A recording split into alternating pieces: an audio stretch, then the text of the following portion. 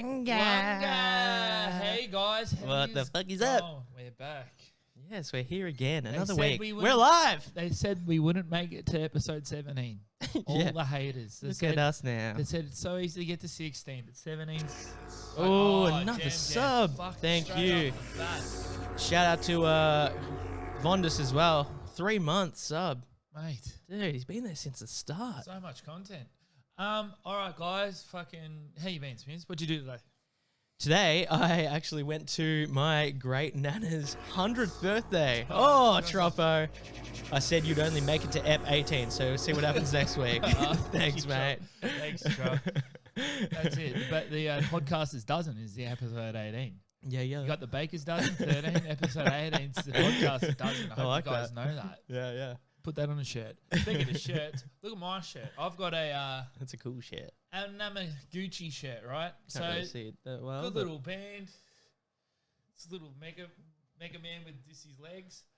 And with head and legs, no torso. But it's printed on shit quality stuff. Like it really is. For a band of Gucci's What the fuck is that? Like, what is it? What kind of band? They're a chiptune band. So they did the soundtrack for Scott Pilgrim versus the World, cool. the video game. But like they sound like they're on a 8-bit thing, but they're all guitars and keyboards. They're all live. It's all like an actual band. Anyway, shit merch. This is a shit shirt. Thank you, Ben, for buying it for me. But if you want a good fucking shirt, have a look what fucking Smiz is wearing. Woohoo! Fucking keep your eyes peeled because this week all the merch is here, and I've got to show you something. Mm-hmm. Maybe we get Trent. Trent, can you pass us a beer, mate? Oh, that's. I'll take that one. Yeah, you can Thanks, take that Trent. one. Yep. Give it, Trent. Trent. Thank you. Good work, Trent. And Every another time. one, another one, Trent. Get that one there, babe. Thank you, Trent. Trent. I understand it. The pent up anger, like we keep him in a cage, most of the week. So, but like because of Smiz and all the beers that he throws around, he just fucking. It's like he won the Grand Prix every fucking stream we have. I'll be here, just fucking sprays beers, leaves little ring marks. Look what we got now. Fucking bang. These are couch coward coasters. They will be on the site. Look at that. Put that down there. Hell yeah. Put that down there. Look at that. Bang. No sweat on the table. A drop. Look, we got so many. Look at it. I feel like Yu-Gi-Oh. I feel like Gambit. Yeah, you have some. You're picking that shit up. Yeah, all right. But yeah, I fucking X-Men Gambit. He's cool. Yeah, he is. He's cool. He gambles. He was He's actually cool. one of the coolest looking dudes. He's got a broomstick. He gambles. He's cool. He's not my dad. Sancho, happy birthday, Nana. That's a solid tone. Yeah, 100 years, dude. That's insane. But the thing is, she was doing gymnastics. Yeah, when I went there, she was actually flipping. She was which is crazy. But no, you know what? It's actually kind of sad. I love her obviously, but it's like fuck, man. 100 years old, she was not looking right. I love her so much. But yeah, she was. Yeah, she got a letter from the Queen. There was a fake Queen there when I rocked up, and I could just hear her muttering stuff to herself, and it was just like, fuck. It's kind of cruel. Yeah. Just dressed up as Princess Peach, by the way. But no, she didn't even recognize me, dude. Like, it's just like, Yeah, but she's been if I get like that, Billy. When I walk past, she goes, Billy from Couch Cowards. Got him. Got him. No. God damn it. Yes, good on you, Nan. Yeah. Raise your Shout bat. out to you. You made the century. Good work. Good work. There's like dog years. Like, how many dog years is that? How many years in podcasting? How many episodes do you reckon 100 is? There's like 10 in the podcast. That's like episode 10 is like the years of I reckon that. So we're like 100. And yeah. We're fucking ancient. I see what you're saying now. We're blowing dust. I'll edit that. I'll put fucking math going into this. Yeah. Shit. Equations. We can do that. We'll do that in the post. But we need someone to write that down. And we've got some sad news. We lost our biggest fan, but we gained our biggest manager. We have Dana in the house tonight. She might get on camera a little bit later. She's a bit scared now, but she's been given it. Oh, dude, she has organised so many fucking interviews coming up. Oh, unreal. Mate, we'll be like on the red carpet. But how's this? Like, it's honestly unreal. She's been there since day one, supporting the boys, and she is just like organised so much crazy shit for us. Like, it's stuff that we wouldn't have even thought to do. So we're very appreciative of it. Look at this. Was that our first fan art? That's our first fan art. Like, that was the first one. Oh my lordy! Shout out to you, Dana. What have we got in the chat? 700 in dog years.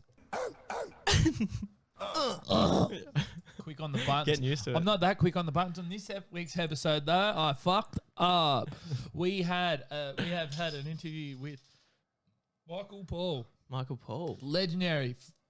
Also, fucking sorry about that. Let podcast, it go. podcast. Actually, alumni. Yeah. I think he's up to episode 18. Mm-hmm. Oh, I think he pulled the pin. But anyway, he's I was going to say, fucking Billy, before we get into this interview, because trust me, guys, you are going to want to watch It's a this. big brain episode too. It is. First half is, all cool stuff. And then we get to like some Joe Rogan kind of shit, like speak about religion and all sorts of stuff. Oh, mate, just big brain stuff. Mm-hmm. This is the kind of podcast you want to listen to tonight, and you'll be at a bar and you go, oh, did you know this? Did you know this? And you go, oh, that's sick. Where'd you hear that? JR. Joe Rogan Josh. And then you go, nah, the couch. Learn on the couch. The couch coward's taught me this kind of cool, big brain, cool shit. But back in Echo, I have to leave for work at 9, so hurry up, mate. We got you, all right? All right. But I mean, I just thought it was funny. Billy, what have you done to yourself? So I went to get some fucking coffin nails down at the milk bar. They sell them there, do they? Yeah, coffin nails at Darts. Yeah. All right. I went to get some coffin nails and the big ghost chain, all the and cobwebs, and I went to do that, and then I come back, and my wallet fell out of my pants, and because I don't have my card on me at the moment, my card expired, and I'm waiting for it to get sent out. Mm-hmm. And my big jingly jangly wallet fell on the ground. I thought it was my key, so I locked the door. I am driving the Uterus. It is it is a Holden Rodeo Ute with an Isuzu engine. Yeah, I know for all you fucking car nuts out there, it's great, but must be cool. Oh, it's very cool. No central locking. I locked it myself. I drove my. Maybe I'll show it later on, but I drove my Amarok into a river. Oh, dude, we need to show that. Yeah, we'll show that later. We'll show you how cool, calm, collected I am, just throwing away after his car's rolling. I'm pretty chill. I'm actually pretty chill. I'm pretty happy with myself of just totaling this car. But thanks guys for paying for it for the insurance, legendary. But yeah, I locked the car and locked my keys in the car. So we have the pit crew. Actually down at the car now, trying to break in and haven't walked in the door. We do have an audience today, and we've got 2 members outside with a coat hanger trying to fucking open his car. I'm hoping they're not arrested. They've been out there for a while. I'm going to go say hello to them after this. But guys, big episode. Thank you so much for all tuning in, and fucking get ready to have your little worm brains blown. This is the kind of guy you want to hear from, because he's like, he was very skeptical. And the situation that he's put in, it's just wild. Yeah. It's just very wild, and it's crazy. He's a very professional dude as well. He's a voiceover expert. Yeah. Like he's been on radio for years, and he's from London. It's our first guest from London. All right. Also, cheerio, guys. If you're in the chat, guess who I reckon he sounds like? Write it in the chat, and I'll tell you if you get it right. I'll give you a. There's only 2 people in the UK though, right? Other than him, and the Queen. That was Smith's house. Oh no, today. I'm thinking. Oh, actually, I won't spoil who, because I want you guys to try and guess it. Yeah, not Boris. No. Not Boris. Boris. But yes, guys, this is a fucking good episode. Please sit back, and hopefully I get my keys out of the car. yeah. Otherwise, I'm calling RSTV. All right, guys, enjoy. All right, guys. Today we're with Michael Paul.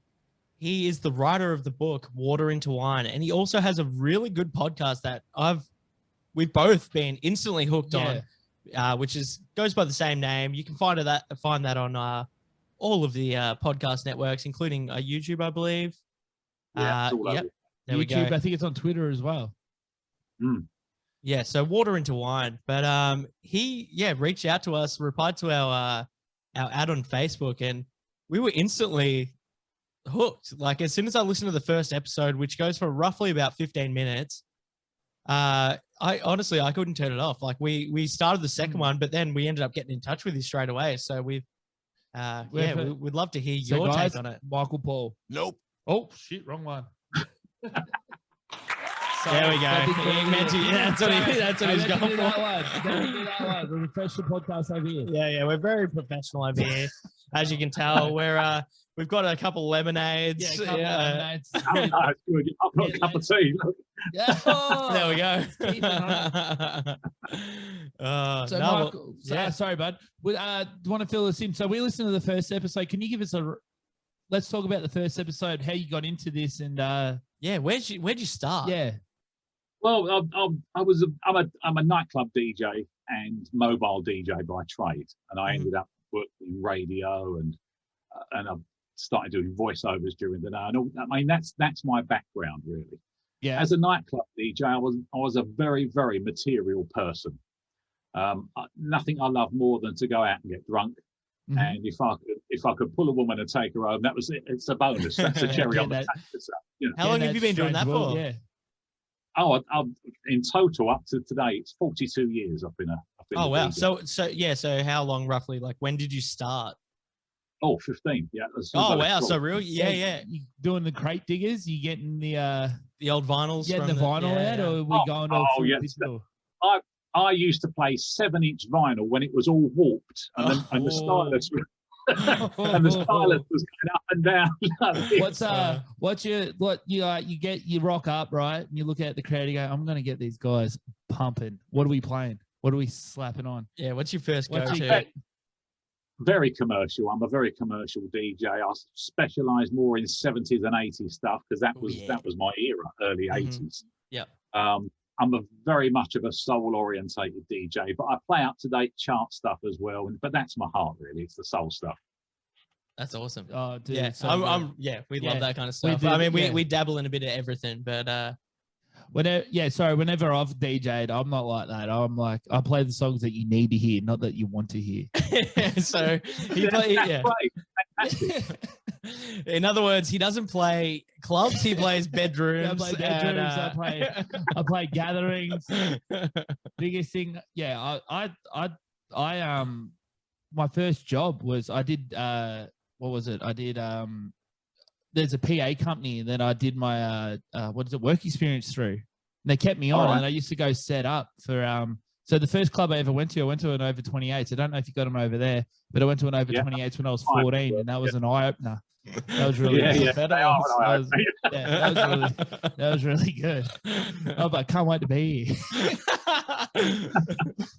I hope I don't look like that when I'm 28.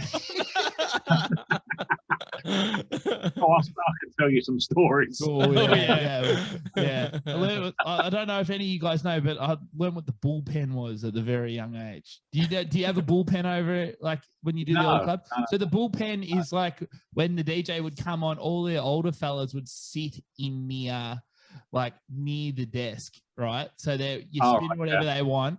And then they'd all sit there, and then you'd see a stray just walk past the bullpen, and then they would all just jump on it and see how it goes. It's like watching David Attenborough. But anyway, let's not get into our DJ story. Let's get into it. I was a very commercial DJ and very material person, to be honest with you. I used to do as much work as I possibly could because I wanted to earn as much money as I could. Mm-hmm. I'm a completely different person after Russ's death and doing 13 years into the occult now. It's just changed me beyond anything else I could have imagined. And water into wine is really, it's named after me. It's an allegorical thing, water into wine. Nobody ever changed water into wine, but you do make a less valuable substance into a more valuable substance. You can educate people so that they become a lot better knowledge to such. Mm-hmm. And that was me. That's why I called it water into wine. So I started working with the Russ. He was a sound engineer in a nightclub called Hollywood's. And I started. Sorry to cut you off. So who's Russ, by the way? Russ was my best friend at the time. Russ is your best friend. Just for the audience here. Just for the guys that don't know. Russ Bailey. Russ Bailey. He was my best friend, and he he used to DJ. It used to be called Coma, the Monday nights there. He used to DJ there, and it was a very grungy type night, very student orientated night. And he had his big jumper on and his long hair, and he just used to DJ like that, and basically EQ the sound for the club. So we were like chalk and cheese, completely different. But mentally, we were so in tune. He could look at me, and I knew what he was thinking, even before we started hanging out together. So after a while of about a year of working together, we sort of used to go back to his flat, because he lived just down the road from the club in a flat. So we used to go back to his flat on a Saturday night. And then on Sunday morning, when the cafes were open at 6 o'clock, we used to, without any sleep, go down to the cafe and get a full fry up, and then go home and get some sleep. So we kept going back to his flat, and he was always curious about the unknown, very curious about the unknown. And he started laying down, I can't remember now, 4 or 5 cards, normal playing cards. And he noticed that there was a pattern emerging. It would either be a yes, a no, or a not sure. So say, for example, 2 reds and 2 blacks would be a not sure. It's a 50-50. 4 reds would be a yes. And if it was, was it 5 cards? I can't remember now. It was either 4 or 5 cards. But there was a definite yes, no, or not sure. He had a system. And yeah, he had a system. And he kept asking it questions and then laying the cards down, and it would give him the right answer. So like which I thought, sorry, but like a Ouija board of some kind of, kind of like the same thing, like spirit board, talk board, all that kind of stuff. Yeah, exactly the same sort of thing as that. And I thought at the time, I'm going, this is a load of old cobblers, Russell. What are you talking about? So he kept, all right, well, I asked it a question then. So I asked it a control question, which is a question I knew the answer to. And he went, bop, bop, bop, bop, and it gave me the right answer. It was yes. So I said, okay, all right. And I asked it another control question, which the answer was no. And it went, bop, bop, bop, bop, and it gave me the right answer again. So now I'm getting drawn into this. So I started saying to him, well, let's ask the question that we don't know the answer to. So we did. He laid the cards. The answer was yes. And then 2 weeks later, it happened. So it was correct. Yeah. As he was doing this with the cards, though, he said to me, I wonder if there is a spirit world, and there is, I wonder if angels exist. You think angels exist? I said, I don't know, mate. I said, I don't suppose any of us will know until we die. Till the time, yeah. Yeah. And then we know, but we can't come back then. So he went, well, I'll tell you what, let's make a deal now. Whoever goes first has to find the answer and then come back and tell the other one of us. So I went, yeah, all right, whatever. Okay, I'll go with that. So years went past, we were working together, getting closer and closer as best friends. He then went off to Spain for 12 years. After 12 years, he came back, and he rang me up and said, I've got nowhere to stay. So he crashed around mine for a little while. And then he started to try and find a flat or some sort of bed sit for him to stay in. So we had 3 bed sits lined up. The first one, we went to see that one. And when we was just coming out of the first one, the second one called us up and said, they can't make it at the moment. Can we move it for an hour later? So I said, yes. So we moved the third one. There is a reason I'm telling you this. No, makes sense, yeah. Third one into the second position, and then the second one into the third position. So he went to see all 3 and nothing. He couldn't afford them. They weren't very nice. And then when we came out of the last one, which supposed to have been the second one, he pointed to a hostel which was directly across the road. He said, I'm going to try there. So I went with him to this hostel, and he said, have you got any rooms? And the woman picked the key that was in front of her up, because she said the cleaner has just cleaned this room. The guy before us moved out, just cleaned it. There you go. Go and have a look at that one. Nice and clean. Okay, we went up. It was a terrible feeling in there. Really, really bad feeling. And I couldn't put my finger on it at the time, and I still can't. I don't know what this feeling was. It was just a really awful. Yeah, it was just a very off so feeling. Before everything that kicked off. Yeah, very off feeling. So we went up to the 6th floor, turned left out the lift, and it was about the 3rd door on the left. Went in, he looked around, he went, yeah, that's all right. This'll do. So then we went down. Yeah, he paid his deposit. I had to act as a guarantor for him because he had got no one else in the country. So my name and telephone number and address and all the rest of it went down as a guarantor, and that was it. And then it was a week later. A week later on the Wednesday afternoon, I got a phone call. Could I go and DJ in Birmingham, which is about 150 miles away from where I live? Mm-hmm. It's a Wednesday night and a Thursday night DJing function for a big corporate gig, big company. So I said, yeah, of course I could, no problem. Got in the van. I'm driving down to Birmingham. I call Russ. Hello, mate. How you doing? All that? Oh, yeah. And there was a knock on the door like this as soon as I started talking. He went, look, I'll speak to you later. I've got to go. He said, there's someone at the door. So that was it. So I done my DJing Wednesday night, Thursday night, done the DJing. I came home Friday morning, slept most of the day because I was exhausted. And then on the Saturday morning, I went out to get some shopping, and I got a phone call from the hostel. And they said, hello, is that Mike? So I said, yeah. It's a bit of an awkward situation, really. We can't find Russell. We don't know where he is, and we need more money for another week. So I said, he's a little bit flighty. I haven't seen him since Wednesday or since Tuesday, and I called him Wednesday.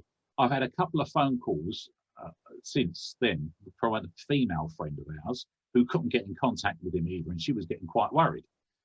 So I said, he's a little bit flighty. We've been around looking for work for him and he can't find any work. Have a look in his room to see if he's gone. Okay, all right, no problem. Put the phone down. He called back about 2 hours later. Hello, we're still looking for Russell. So I said, did you look in his room? Yeah, everything seems to be there. So I said, was his passport there? I said, because if his passport's there, he's still in the country. Yeah. And I'll report him missing on Monday morning. I'll give him another little while because he was very flighty. I said, he may have gone out and got drunk somewhere and slept around someone's house. I don't know.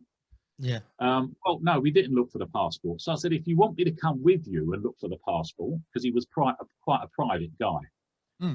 He wouldn't have minded me looking through his stuff, but he wouldn't wanted a stranger to do it, as most people, I suppose. Yeah, fair enough.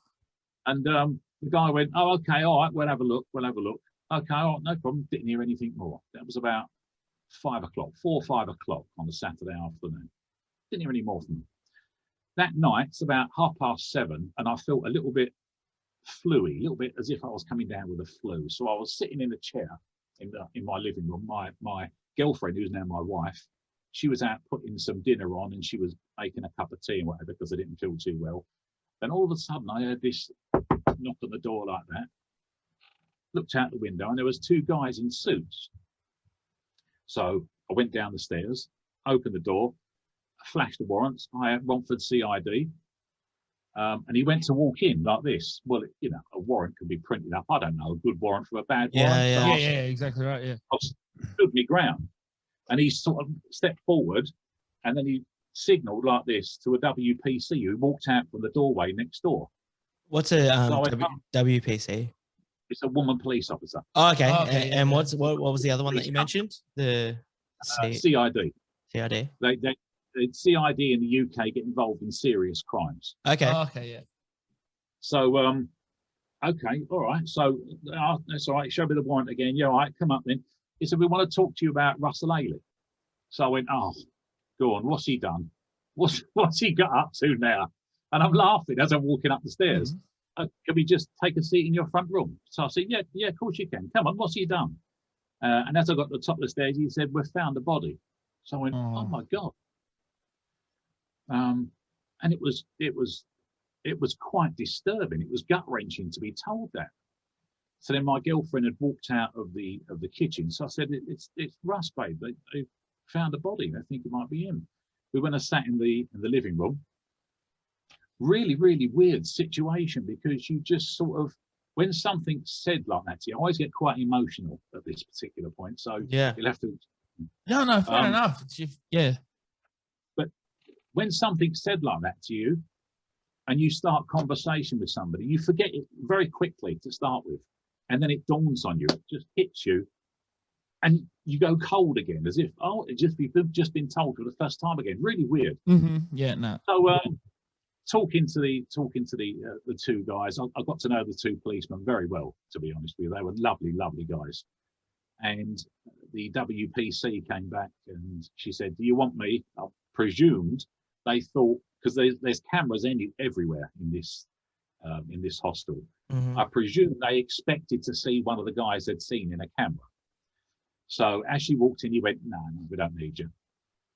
So he said to me, "We need somebody to ID the body because we're trying to get hold of his mother." His mother was in Spain at that particular point.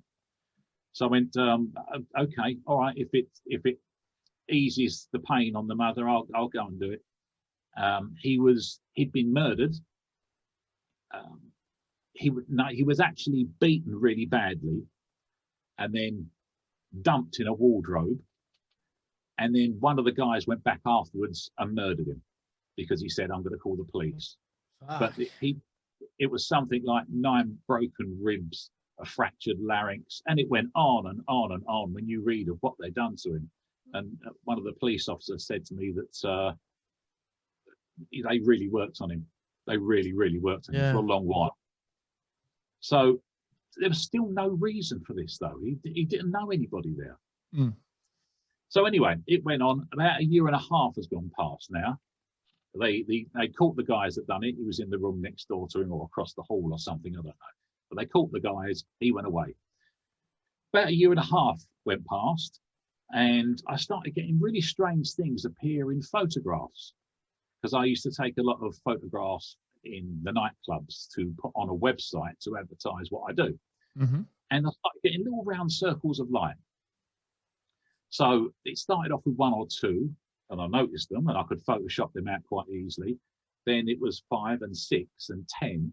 And in the last one, I was in a hall in a small town in Essex, and it was covered. If there wasn't 100 of these things, I don't know what. It was just smothered. So it was like like a screen blur, like it was just like all white over the whole thing, like just little round circles of light. Yeah, right. Like all over the image. All over the image, over the whole lot. Yeah, right. So I went to see a friend of mine. I said, "I'm getting these little round circles of light." I said, "I've looked it up on the internet. They're saying they're orbs." I said, "I can't believe that they're orbs." I said, "There's no guarantee of that. It's just nonsense as far as I'm concerned." Like you were skeptic at the time. Yeah, very, very skeptical. If I couldn't touch it or see it or hear it, it didn't exist. Yeah. I now know better, far better. So he said he was heavily into photography, a friend of mine, John. And he said, "I've taken thousands and thousands of pictures, Mike, and I've never taken a picture of one of these so-called," and he went, "orbs." Yeah. So I went, "All right." He said, "There's dust on the back of the lens." So I said, "No, well, I've used 2 different cameras, and it's the same. It's exactly the same outcome. I'm getting these little round circles of light, and they won't stop. Every picture I took, after years of not having it, every picture I took, they were in it." So he said, "Well, look, I've got a brand new camera here. Let's go in my front room now. You stand against the wall. I'll take pictures of you, and I guarantee there's none of these orbs in them." Well, in the run up to this, the Da Vinci Code was released. So I was going on weekend breaks to Rome and Paris, and I was going all over the place to look at the works of art. Florence in the Uffizi Museum, look at the Birth of Venus by Botticelli, and all the clues were there that I was seeing. It just intrigued me. Yeah. So so the movie sparked your interest in trying to find maybe the code actually in the original. Yeah. Look, I wanted to see Dan Brown, because I think Dan Brown's wife is an art historian, so he knew what he was talking about. Yeah. And all the clues are there. But they're not the clues that we've been told they are. I found that out later on. But I was sitting in a hotel room and I was put the video on the camera because these orbs were still appearing there. And I said in the video, "All right," I said, "if you're here, let me see 1 orb." Nothing. And then 1 orb went past. What, on a live video? On a live video as well. Yeah. So I'm going, all right, because that could have been just a fleck of dust or a small insect. I want 2 now. Two orbs. Give me 2 orbs. And with that, 1 went that way and 1 went that way. Wow. So I now started getting a bit of chills. And I went, now I want a lot of orbs. And there were 6 all over the picture like this. It's almost as if I was intelligently controlling them. But I still can't believe this is the nonsense that I've read. So back to John, I got that cocky. I said to him, yeah, come on then, we'll go in your front room now, and I'll do it now. So I'm standing up against the wall. I said 3 flash on, 3 flash off, just to give it a sporting chance. So he said, all right, then click, click, click, click, click, click. Went to the computer, he took the SD card out, put it in the computer. First picture, not a single orb in it. Second picture, not a single orb in it. And he went, do you see what I mean? There won't be any orbs in this. Third picture, there was half a dozen orbs all over. And he went, wow. That's gnarly. Oh, he went, this isn't the camera. That's This eerie. is not my. He said, this is you. Whatever this is you. So that started my really, really, really weird goings on with the orbs. A little while later, I was in the same nightclub that I took pictures in, and a woman was standing third back in the queue, and she was giving me really weird looks like this. So I'm thinking, oh, here we go. I haven't paid her record quick enough. She's going to throw a drink over me, all sorts of stuff. And I'm just around for a doorman. Where's a doorman? It's going to go off. I know it's going to go off. I've done something wrong. So the 2 women went, yeah, I'll play that one. I'll play that one. And then she came up and she said, I've been asked to come and talk to you. So I said, okay, all right. Is there a song you wanted? She went, no, I've been asked to come and say to you, have you got anything weird happening at the moment? So, and immediately I thought about the pictures. So I said, no, nothing at all. She went, there's nothing strange turning up in a picture. I went, no. She went, whose is that ring you've got on? And it's the wedding ring that I'm wearing there, but I used to wear it on that hand. So I said, oh, that was my dad's wedding ring. He died in that. She said, I know, he's standing next to you. She just turned around and walked away. And I went, whoa, what was that? Mic drop. Oh, that was weird. That was really, and she knew about the orbs in the pictures. So I thought, I've got to see someone about this. I can't carry on doing this. So I went to see a lady called Lorraine Reese. She was a medium, first medium I've ever seen in my life. And I sat there and I'm very sort of, oh, here we go. Here we go, the spooky Dillo stuff. I can't. Almost hesitant. A bit of a woo-woo.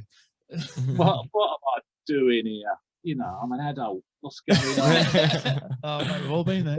Stories and all that. So anyway, she started going, give me your birthday. So I go, birthday. And okay, she said, yeah, you're born under the sign of a Gemini. And she went, oh, I've got your friend here. So I thought, well, that was a bit direct. That intrigued me. I said, okay. She said, he's saying that you really were his best friend, and he's sorry if he didn't treat you so well sometimes. So I'm going, no, that's all right. And I'm thinking to myself, this, give me something to hang your hat on. Give me something concrete. And she said, he's telling me to tell you angels exist. Oh, fuck. Wow. Goes right the way back to when I was in the flat. Yeah. I went, oh, in my head, I'm going, oh, no, it's happening again. Yeah, all the pieces are coming together. Yeah, and she said that I didn't even get to ask her about the circles of light in the pictures. She said, he's been sent to get you because you've got a job to do. So I said, what's the job? She went, don't know. No idea. She said, you're going to write a book. And I just went, oh, yeah, of course. Yeah, of course. Yeah, thanks for putting me up for that. DJ from Rob going to write a book. Oh, Yeah.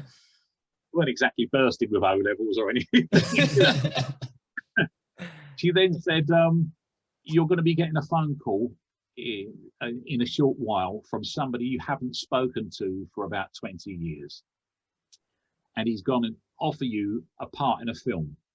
So I openly laughed then. So I said, yeah, because I'm Romford's answer to Brad Pitt, me, They're gonna come from Hollywood and search me out, aren't they? So anyway, the meeting finished, the reading finished, and a couple of weeks later on a Friday night, I was driving up the A127 to Southend to do a gig, do a private function. And the phone rang. So I pulled into a little lay-by thing that was there, picked the phone up, and it was, I said, hello. He went, hello, Mike, Steve. I went, Steve who?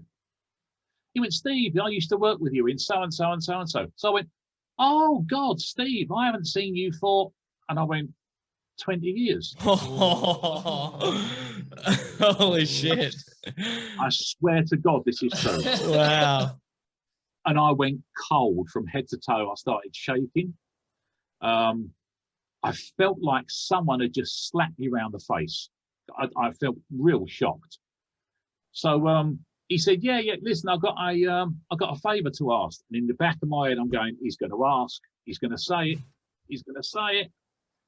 So he said, I've got involved in a different business. He said, how'd you fancy doing a part in a film? Oh my God. Holy shit. They wanted the DJ and a radio presenter in the film. So he said, oh no, I'll go and get the guy. And he came and got me. So I put the phone down and I'm sitting there like this. What is going on? Mm-hmm. So man, that's insane. So how skeptical at this time were you? Are you just dabbling? At this time, I'm now teetering on the edge. Yeah. This is too much. Yeah, One foot in, now. 1 foot out. Yeah. I don't know what way or the other now because, this invisible world, does it exist and I'm being sent messages? Or is there another explanation that I don't know of that is more material and mundane? Almost feel like you're on the Truman Show or something. Yeah, it was exactly that. Yeah. It's funny you should say that. It's funny you should say that. That is how life is. But anyway, we'll get back to that. So it went on. He said, yeah, I come and meet the director whose name's Bill. So I said, okay, we made an appointment. It was a couple of weeks later on. And I was still looking into the Da Vinci Code and reading books and doing quite a lot of research around this whole character Jesus in biblical history. Mm-hmm. And I went to that guy. Yeah, that guy. I heard someone was talking about him the other day. I don't know. Heard him in passing, but yeah, go. And I went to see Bill. And Bill said, yeah. You said you got the voice. Yeah, we want this sort of voice. And okay, yeah, that's not a problem. I can do that. And he said, has Steve told you what the film's about? So I said, no, he hasn't said a word. He went, well, it's an English Da Vinci Code, really. Holy fuck. So what is this? Sorry, what is this film, by the way? Because Da Vinci Code. No. The film that you're in. The film that was in, it was called The Rapture. It was about the second coming of Christ. Right. Believe it or not. And I'm going, what is going on here? So I said, I've been researching this on the side, actually. And this Bill went, you ain't getting me, Steve. So they're always playing tricks on each other. I ain't having none of this. You ain't getting me. What's the chances of this happening then? And then Steve went, I swear to God, Bill, I haven't said a word to him. Not a word. So he went, oh, God. And the gist of it is that the filming started. I found myself on a night shoot with a guy called Errol. Lovely, lovely, lovely man. Became quite a good friend of mine. He was heavily into his Wing Chun martial arts. So Wing Chun, I love that. Tony Ferguson, Wing Chun. on the old dummy posts. That's it. Yeah. So I was on this night shoot with him. It was freezing cold, and I'm just standing there with this camera. I was doing a little bit of filming for him, behind the scenes filming. And Darryl said to me, "How did you get involved?" So I said, "It's a bit weird, really." I said, "How did you get involved?" He said, "I know so and so, and my agent put me on to Bill, and then Bill asked me because of my size, because he was quite a big fella, my size. He said to do this." So I said, "Oh, really?" I said, "Well, mine started off with a medium, Darryl." I said, it was very, very strange. And I explained to him the story, and then me ended up being there. I said, it all came from the murder of my best friend. And I named the hostel in Romford. So he went, "What was his name?"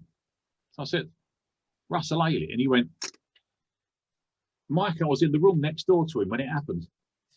He was in the hospital in the room next door. He was ex-military. He came out of the military. He didn't have anywhere to go. So he was staying in there while he got his life together. God, what are the odds? That's insane. And I've just convenient. Oh, that's just weird. It felt very much like somebody was trying to prove something to me. Yeah. Almost send a message. Because I had to do as I was told. That's what it felt like in the pit of my stomach. It's the weirdest situations, but I've had other situations where I was questioning it, and I used to work in a radio station on Southend Seafront, and there was this particular day. It was a Sunday morning, and there was an ambulance that was reversing, the St John's ambulance, reversing up onto the pavement. Well, there was two people in front of me, and there was some guy that was quite a way behind me. So I was just walking. I'm sitting there pondering it, and I'm going, is it really? Why me? Why am I just suddenly feeling and understanding all this? What's going on with it? And then the couple in front didn't stop walking, and the ambulance is going beep, beep, beep as it's reversing, and they just walked within 2 feet of the ambulance. Just it was, and I went, oh, and I stopped, and the bloke behind me caught up with me. Never seen this man before or since, and he stood next to me. He went, look at them. You got to remember what was going on in my life at the time when I'm thinking, is this real? Is there an alternate place that's controlling what goes on in this place? So he said, look at them. Look, they're wandering about. They haven't got a clue what's going on. They're completely ignoring all the signs around them. But you're different. You're listening.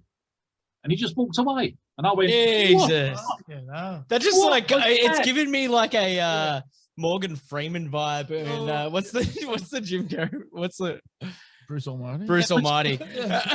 God. Yeah. Left me standing there. What the hell was that? And that stuck in my mind. It will always stick in my mind, that, because it was almost as if I was being given an answer to a question I was thinking. Wow. That's gnarly. I'm listening. Oh, that's so cool. Yeah. So, guys, go. So, buddy, go. Since then, I've researched Carl Jung into a subject called synchronicity, which is a word that Carl Jung he coined the word, and we all know them as coincidences. It's when two events collide at the same point in time and space to create a prescribed outcome. So, for example, you'll wake up, and we've all had these, you'll wake up and you'll put the radio on, and the guy will be going, oh, Julie, Julie, Julie, Julie, like this in the song. And then you'll turn that off. You'll turn the TV on when you get downstairs, and the woman on the TV will go, and Julie said, and you go, No, I know exactly what you're saying. Yeah. See the number plate, Julie won, and you go, what's? And then Julie rings you later on. Yeah. Carl Jung, yeah. He investigated that. Very eminent psychologist. He spent 5 years on that, and he came to the conclusion that it's your mind that is making that happen, which seems like a load of nonsense. That's so until you discover quantum physics. And then all of a sudden, the whole thing starts to fall into place. It's the most shocking thing I've ever looked into. Quantum physics is mental. I had that the other day. No joke. I was at my brother's house, and he's one of his roommates, they were eating hummus, and I'm like, what is that? Is that hummus? And I'm like, yeah. Then I went and sat down, and then we're watching Jeopardy reruns. This was all catching up with the Alex Trebek stuff, and then come up on the screen. I'm like, hummus. Instantly. Like, I'm talking within like 5 minutes of itself. It's like, so weird when that shit happens. It freaks you out. But what I was going to say is, let's not give away too much, because I've just got into your podcast and I'm halfway through episode 2. Don't spoil it for me. And I know it's come from the source, but don't spoil it for me. We've got to give these guys something to go to. You know what I mean? Like, it's intriguing. It is so good. Yeah. Oh, no, it's a journey, 13 years worth of journey I'll never, ever forget. Wow. Yeah, and it's so gnarly. Blood and tears sometimes. And I've loved every minute of it, and equally hated every minute of it. Yeah. God. So that's yeah, strange. So without spoiling the rest of the whole thing, like we can get into a bit more of it, but like it's pretty selfish. I actually don't want to get it spoiled. I want it. I kind of want it for myself. Like I'm like, yeah, these guys want it, but I'm like, it's kind of for me. But like, so some of the stuff, all right, I haven't listened to the rest of it. Like for people watching, this conversation with you is like not even been a day. Yeah. Like you getting in contact with us and then letting us know what you're about, and then like legit listen to the first episode and half of the second one on the way here to do this interview. And I was hooked. I'm telling you guys, like honestly, Water into Wine podcast. Check it out. We listened to the first episode. I actually I sent it to him in a message and then didn't get a call. I mean, didn't get a reply. Yeah. So I called him and I was like, dude, I'm telling you, actually listen to this right now. As soon as I got off the phone, he called my girlfriend. I was like, check this out right now. Like I come to the door. I'm like, how wild is that? Yeah. And there's even more stuff in this. So like, and there's stuff that he kind of left out, but like, listen to it. It is so good. It's gripping. Like I listen to a lot of podcasts, and I'm talking like a lot, like just I'll type in something that we have to study for the week to do this show. And I've listened to some guys and girls that just have no clue on what's going on. We're gonna eat food in the mic. We're gonna do all this stuff. But like you stood out. Like it's like I got told, like I read, I'm like, all right, he's got a podcast. All right, I'll have a look at this. So, he's got a good picture. He knows what he's kind of doing. It's all on Spotify. And I started listening. I'm like, oh, he knows what he's doing. Yeah, it's professional. It's super professional. He knows what he's doing. And then we see the studio, and it's like, we look cool, but our acoustics. Gotta start eating some eggs and start stapling them to the wall. But yeah, no, you really showed us up this one, mate. Wanga. There we go. Take 2, baby. That's part 1. So, dude, he had some crazy shit happen to him. We've actually got some of the photos too. So we got this one photo. This is the old one that he was talking about. So I just sent it to Smeeze. It's coming through now. Yeah. But Billy's been outside with a couple of the hoodlums. audience members. Beanies over our eyes. Thank you so much. Daisy. So you know. That is my nan. Do you want to I don't know. No, you don't want him to go up to some strange lady, lady and just go, "Hey, Smith's nan." I'm going to do that to every lady I see now. I'm actually kind of out of breath because we sprinted back so quick. But so here we go. Here's one of the images that we received. Look at that. So there's that many orbs in that photo. This is just like one of the examples. And see, the person, he was saying the person at the back, Smith, put your hand counter on it. That shadow person wasn't there. That person, that's just a ghost. Ooh. No. Billy made that up. I made that up. But let's show you as well. Actually, I think I might have saved these ones. But maybe after it. Yeah, we'll show you. We do have a photo of one of the killers too. But yeah, we will chuck that up a bit later. But what an intense story! It's really fucked up. But he's been through a lot, and he's an absolute ledge. All right, so Jesus. That's me. Okay. That's me. That's not more stories coming through. We've had dude, there's some guys with some stories that are just so gnarly. I can't wait to get them out to you guys. We're in the story business, and fuck, this is a high rise. Yeah. 50 stories. To the moon, baby. Yeah. All right, guys. I think it is time. Your boy's been in the net. And I ain't no fish, boy. It's webworms. Hit him with the theme.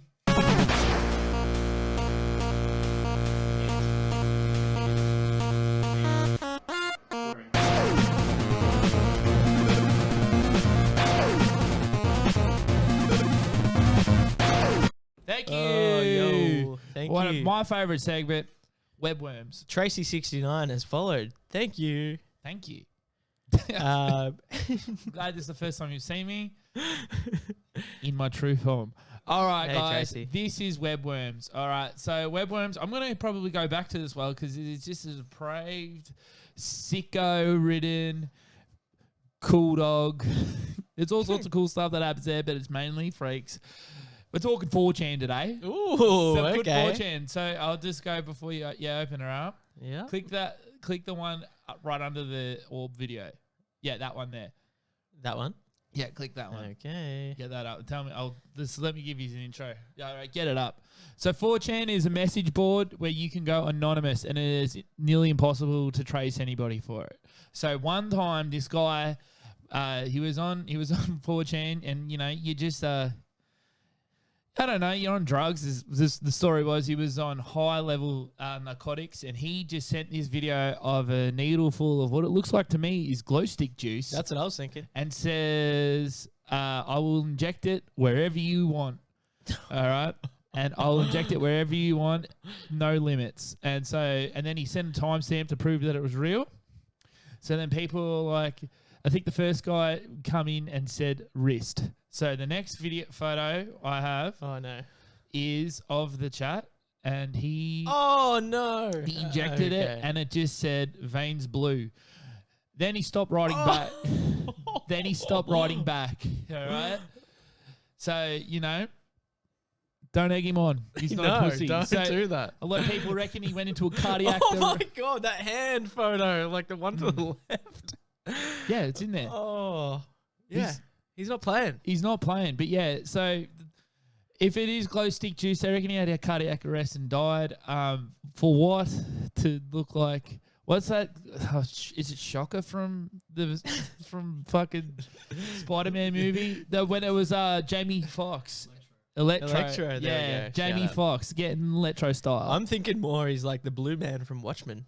Or the Blue Man Group. Yeah. It's about to get on some drums. Fucking put paint brings on out his the bongos. But yeah, all right. So to the blue boy, I hope you're all right. Yeah, fuck I hope me. you're all right. So the next one, Smiths, click this one, right? Okay. So this is the worst prank I've ever heard of, and it's sick and twisted. So what it was, this man has posted a thing on, do you want to make a cool crystal like this? All you have to do is get a jar and mix the jar, put some pennies in the jar, and then put some pennies in the jar, copper pennies, ammonia, and bleach. Seal it off, blow into it, and it'll start in 30 seconds. It'll start making these crystals. Well, turns out that it doesn't do that, and it makes a thing called chlorine gas, and then it goes up. It will burn your windpipe and burn your lungs. Oh my god! And so he's setting you up for failure. Setting you up for failure. So a couple of scientific savvy fucking 4chan members were like, "Do not do this. He's trying to kill you." And it's impossible to know how many people done it, but someone come back 3 days later and said they were put in the ER for doing this, and they nearly died. Holy fuck. Don't read everything on the internet. 4chan is full of this stuff. I have so many stories for 4chan. Oh, yeah. I just thought I'd slide this one. Yeah, I like it. We could make that a little thing. Yeah, fucking getting the 4chan. It is webworms. It's technically webworms because it is on the web. So, guys, this is not an art attack. No, it's not. When I was a kid, me and Ben used to go. Do you remember Art Attack? I love Art Attack. Fuck me, man. I got a good Art Attack video we should put up at the end of this. We could do that. But what happened was, you remember how he'd he'd have a big warehouse or whatever, and he'd make a picture of all this stuff. Me and Ben used to do that, but as Mum said, that's just mess. You can't see the Dracula fighting a werewolf. She goes, no, that's blankets and Lego, you dickhead. It's art. That's art, Mum. Sanch said, "Oh fuck, mustard gas. Is that what that is?" No, chlorine gas. Oh, yeah, I think it is the same shit. Yeah, fuck. But yeah, not good for you. Not good for your lungs, apparently. No, doesn't sound like it. And what a dodgy cunt for oh, trying to set them dude, up like that. Dude, there's just like I have photos of guys that found hand grenades and like, hey, I'm gonna throw in the toilet. Like, then they don't write back. Yeah, I wonder why. I wonder what they're up to. Oh god damn! Another skid mark in the bowl. All right, what do we got here? The 5:05 a.m. here. Tracy, where are you from? Welcome. What are you trying to do there, Billy? I'm just getting this video up for you. All right. This is great. This is my favourite episode of Art Attack. All right. Dallas, Texas. No way. That's cool. Tip of the hat to you. So this is my favourite episode of Art Attack. It goes for just a few minutes. Alrighty. Yeah. Yeehaw. Yeehaw. All right, let's get Art Wonders. Attack. This wasn't going to be a thing of watching Art Attack on the stream, but, you know. Surprise. Surprise. We're full of them. Classic trick. But, yeah, guys, don't read everything on the internet.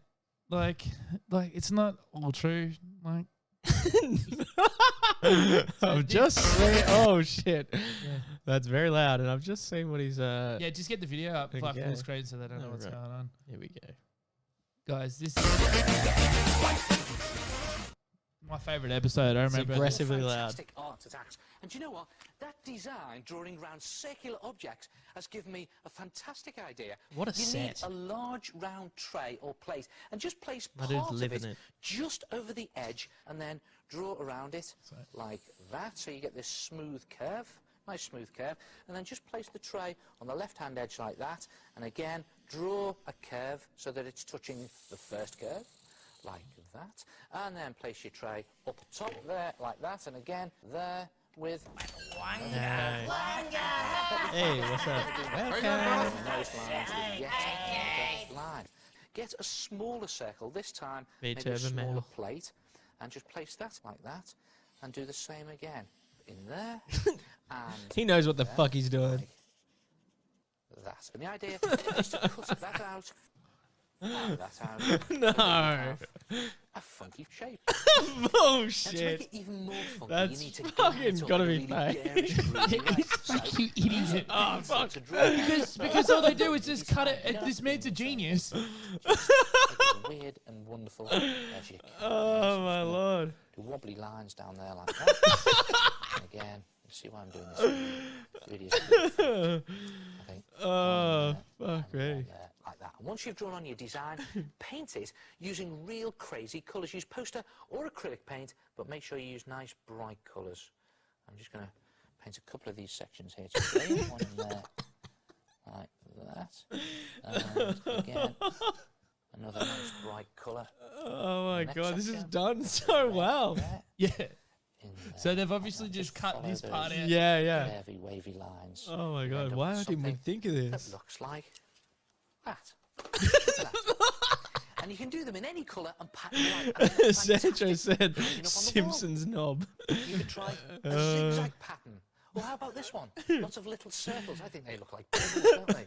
And this one was made using a saucer and a small mug, so it's a lot smaller. Small mug. But yeah, Oh, that was fuck my me. favourite episode of Art Attack, and Mum stopped us watching that after that. Oh, man. Oh God, fuck, that was that. That was good. That Ever was- since, he's had an obsession with penises. I don't What are you I- talking about, you fuckhead? That's just a shape. That's a silly Oh, shape. sorry, my bad. That's a silly Oh, shape. was it? Yeah, I Fuck. wasn't This too is- sure. This show's not like this is not that type of show. It's not smart. It's not smart. Yeah, you sick Look at me. I take this show so seriously. Look, He's cross-eyed under them. I can say it. that has been Webworms. Play the Yay! All right, we don't have it up. outro. Let's go.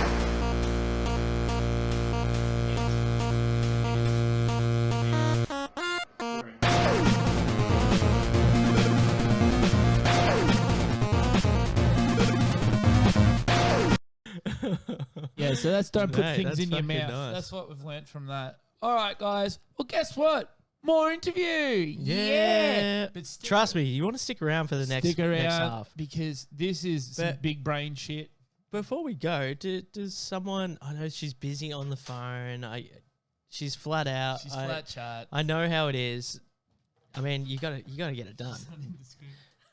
There we go. Wonga. Hey, there we Dana's go. on the- Shout out to Dana, Dana's on the the board. manager of the fucking fucking couch cows. Yeah. Yeah, say something. Say something. Yes, all inquiries can be forwarded to manager@couchcowards.com, and I will endeavour to get back to all inquiries 2 to 4 business days. Oh, look at that. Thank you, God Dana damn. Wanga.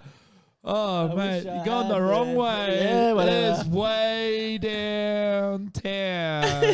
There we go. I do it just the wrong Thank way you. again. I was looking for the air horn, but we will take that. Oh, Shout out to Dana. the applause my is God, so we close love to her. the note button. But yes, thank you so much. Thank you, Dana.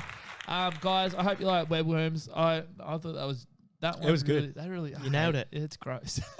But yeah, also got shout out to our boy Dead End DVD, deadenddvd.com. We have another giveaway from our boy. So You know after this next interview, we're gonna get the phone lines going, and we're going to give away another movie. Another movie. We're surprising you this time. Yeah. We want Because look at this, we needed to show off that art, baby. But Beetlejuice we will, cannot multitask. yeah. But yeah, we're gonna He's go. only got two hands. Yeah, go get the Got a big DVD old schlong. out of the cellar where all the cobwebs are and all the ghouls and all the Yeah. in our castle. But yes, before just shout out to deadenddvd.com. If you guys want the spookiest movies, trust me, go check out that site. Cult classics, shit you'll never see. Man, he surprises us every time. So Also, we want to shout out our boy Grady too. That's Goal's hand. Shout out to him. Grady's here. He's in every single stream too. We fucking love him. Grady's here. Man, we got an audience. Hello, Grady. Yeah. It's Grady. My brother. One guy. This could be you guys if you just get your heads out of your ass and just start fucking hitting the tongue. Share the post. Mate, so many people have liked that post. We paid to share this ad just to get it out there. We've had people messages saying, stop doing this. Fuck 'em. Fuck 'em. Maybe we're gonna get up our greatest hits. Yeah. Fuck 'em. I was going to put... greatest misses. I was going to put their name up here so you can all go fucking drag it. But nah, Got 'em. I'm a bigger man than that Nope. egghead fuckwit. Tag. I'll cop this out. Ready? Give me a clear thing. You're a fuckhead. No one cares about your feet being fucking taken up. Oh, I'm not going to say the last bit. You are a fuckhead. Right. You got a round fucking egghead. Tell him. And you got horse teeth. All right. Oh, there we go. Yeah. Didn't know horses come from eggs, you fucking peanut. All right. All right. Second half of the interview. That was a little bit lowbrow, but get ready for this. Yes. We start boiling some cup of teas. Yeah. This is where we kind of get a little bit out of it, but also at the end of it, we get more into the crime, into the details of it. Why Honestly, did it? shout out to fucking Mike. He was Legendary. Yeah, we love him. Legendary. Go give his podcast a listen. I'm telling you, it's like Joe Rogan's podcast, but it's like compact into a big thing. And if it wasn't about such spooky shit, you'd be able to sleep to his smooth voice. Mm-hmm. Smooth voice. Not like my nasally fucking... All right, guys. Enjoy. Part Have a 2. good one. We'll see you in a minute.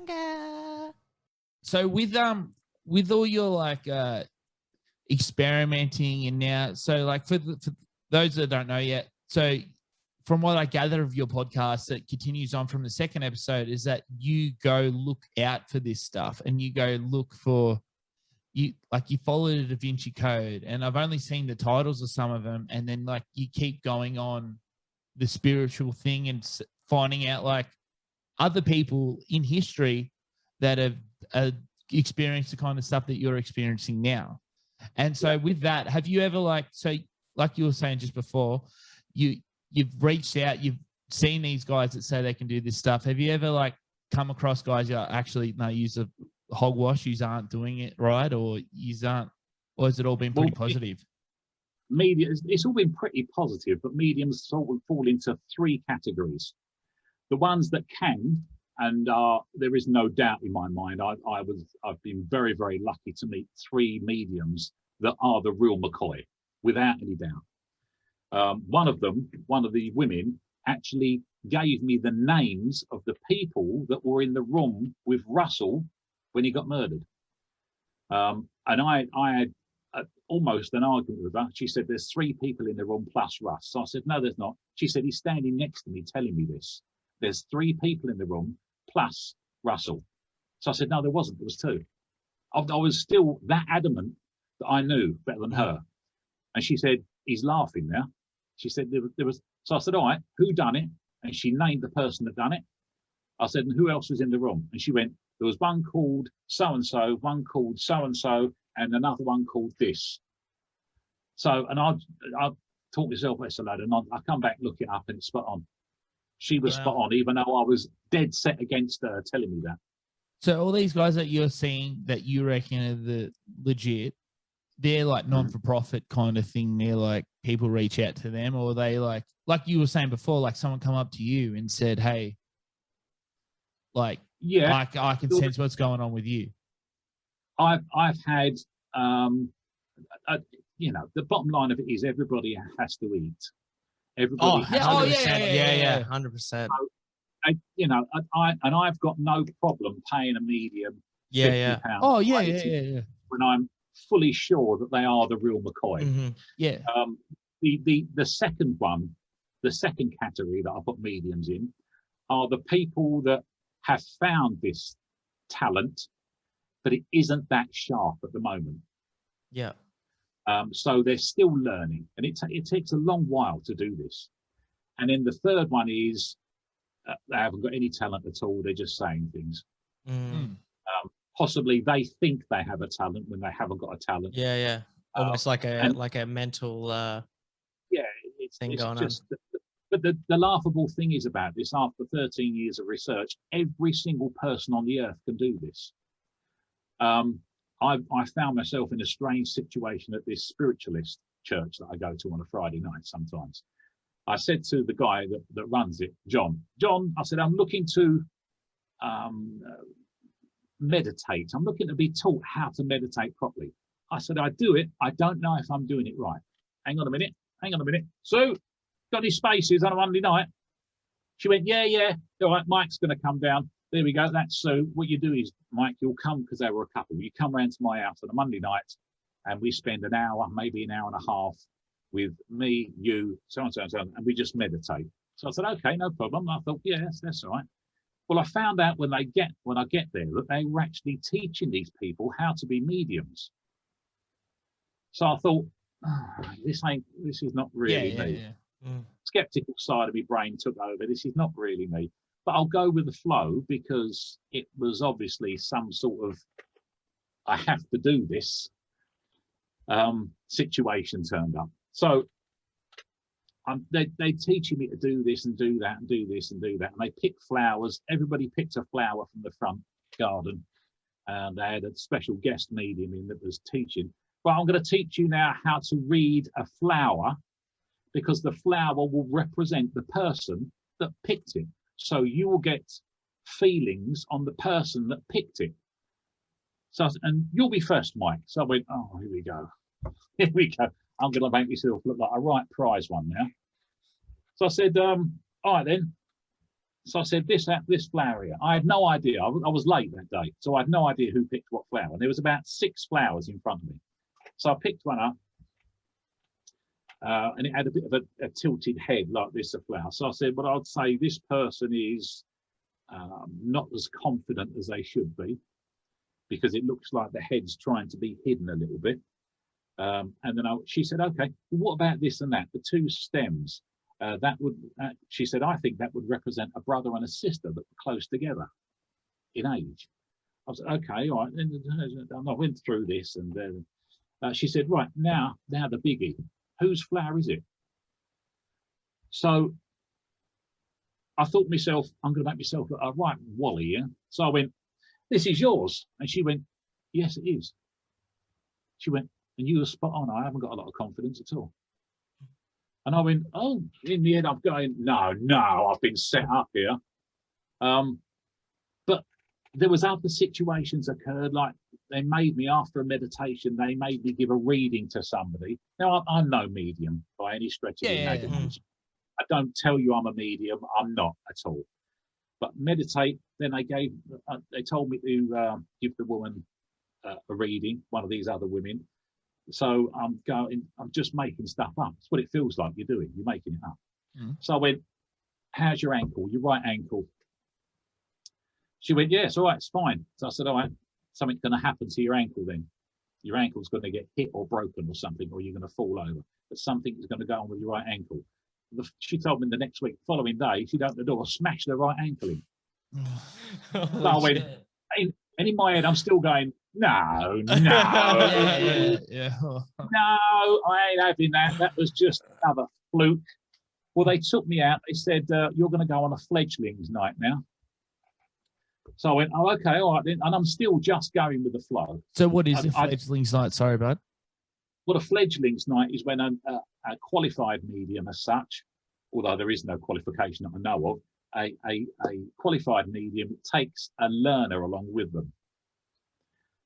So, oh, yeah, all right, okay, then, right then. And I didn't realise, but she took me right up in front of everybody and sat me in this hall with about 30 people in it, sat me right at the front. So I'm sitting there, okay, Mike, have you got anything? And I just had this urge to tell a particular woman something.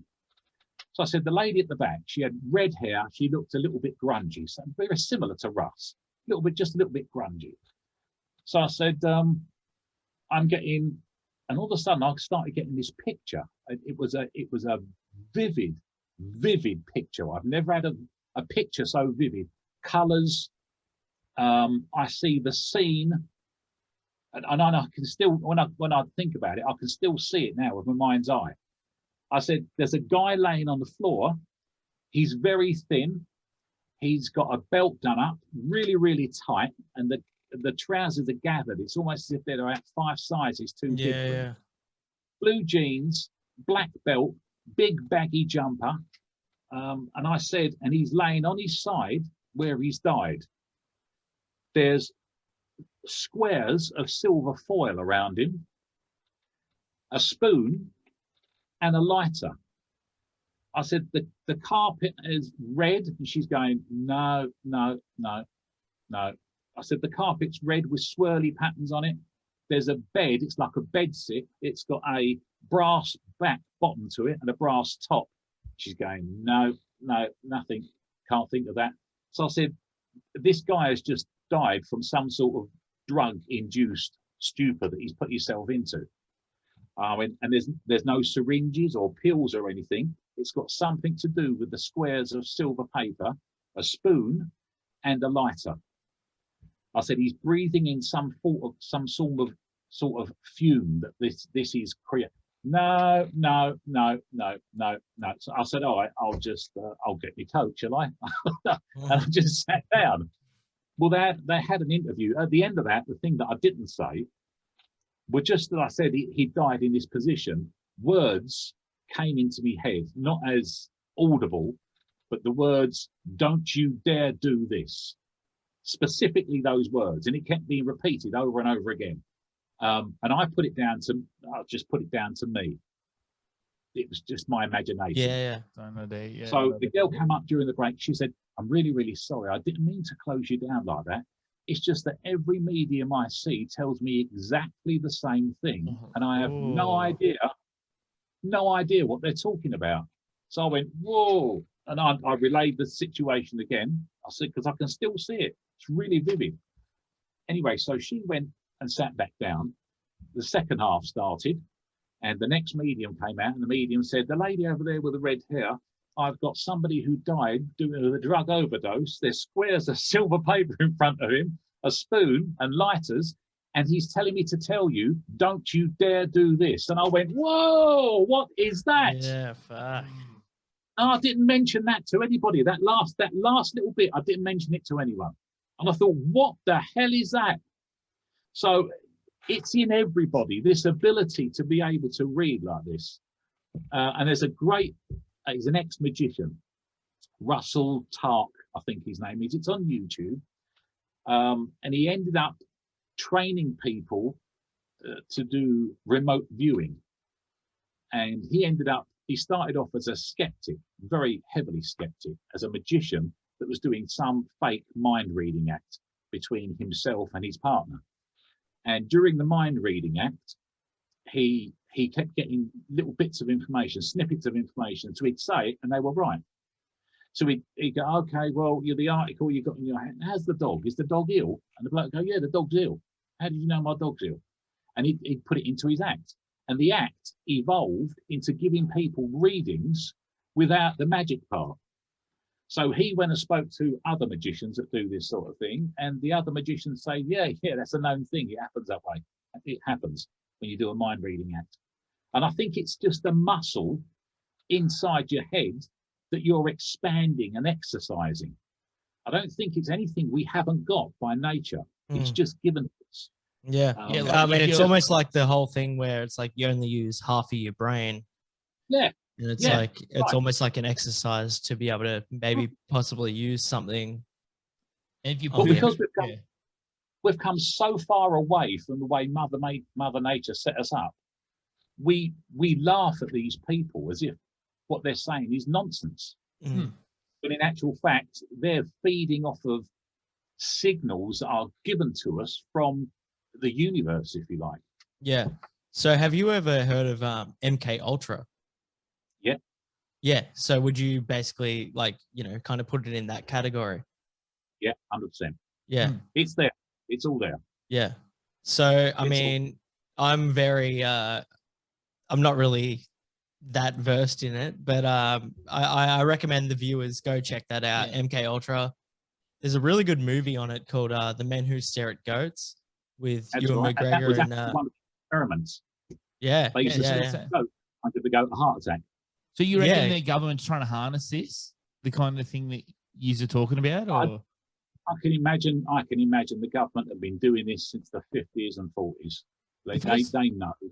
They're not stupid. They're not stupid. The first thing that goes to my mind with this kind of stuff is like advertising and stuff like that. That's the closest that I can feel. There's like we'll be talking about something and then it comes up on our phones and shit like that. Like, do you think it's But I think that's pretty much just them hearing what we're talking about. But I've actually, honestly, I've had some real weird ones lately because I know that obviously, it's listening with your phone and it's when a lot of apps now, they actually ask you whether you want to allow tracking and stuff like that.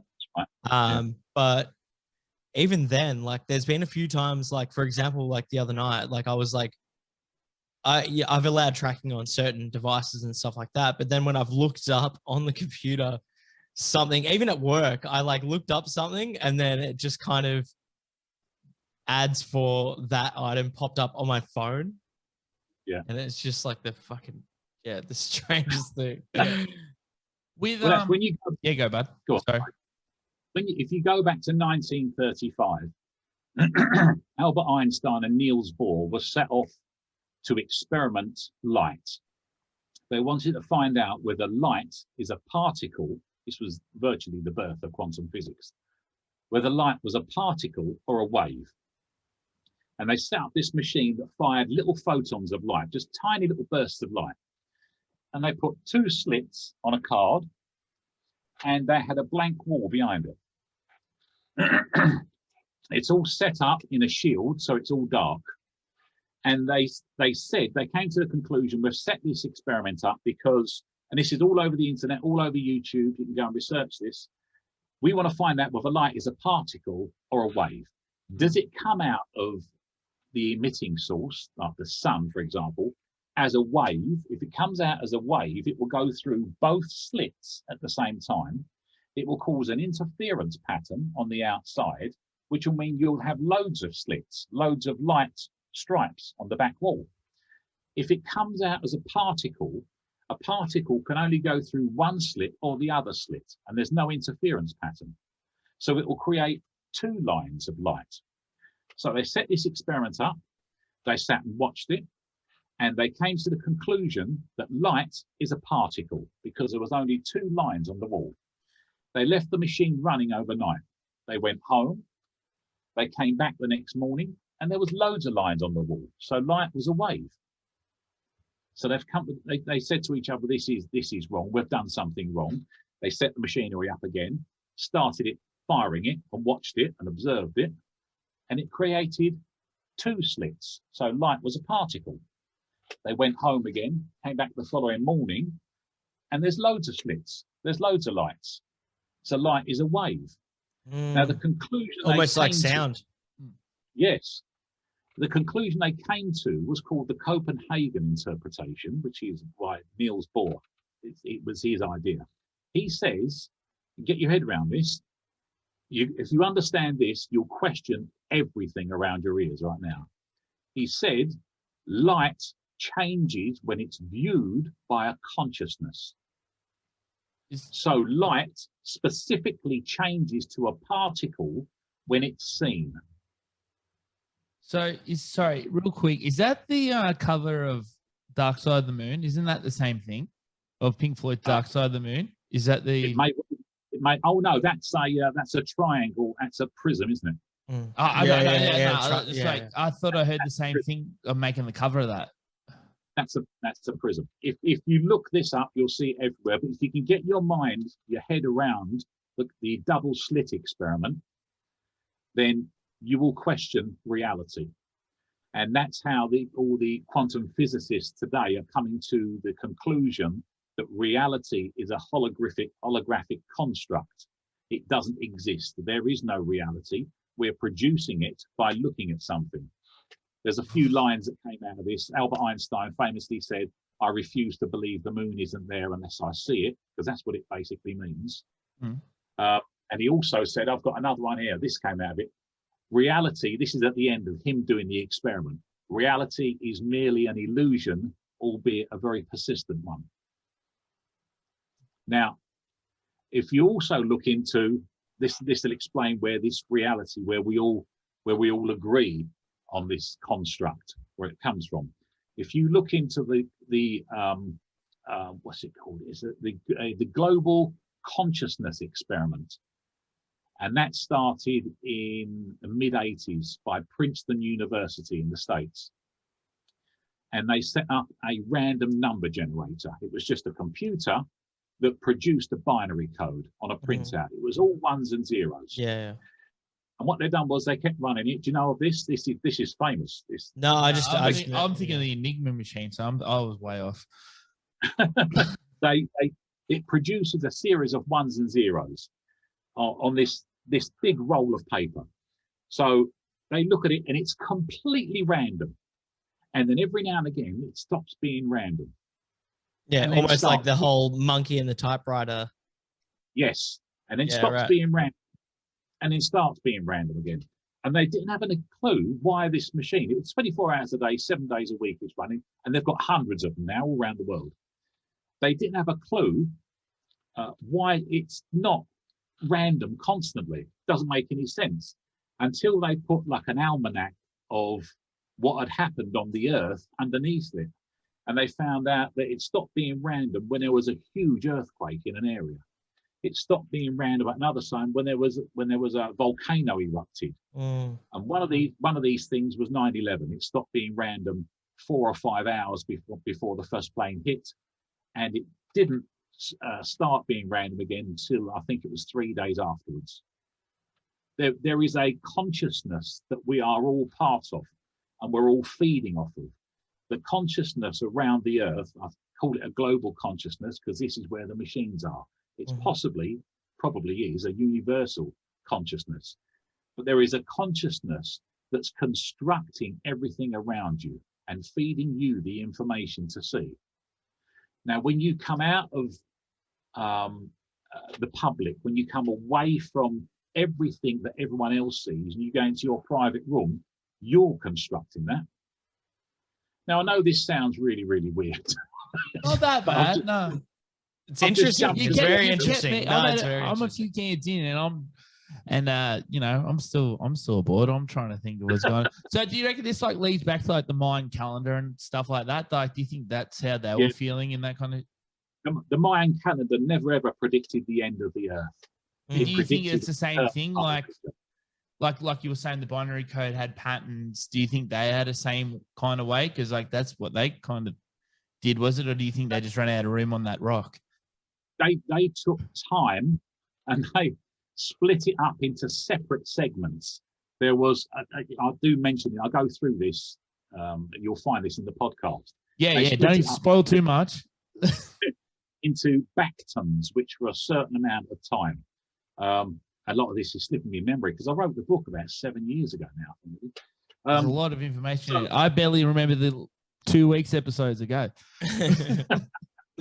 So there was five backtons, I believe, And then this is where the end of the world, 2012, 21st of December came in, which is winter solstice, very pagan date. Because that's where the last Bacton finished. But it doesn't mean that. That came from the Codex, the Mayan Codex, and which is like a big pictorial form of what we're discussing. And that's where the press and the newspapers and all the rest of the reporters jumped on it. Well, there we go.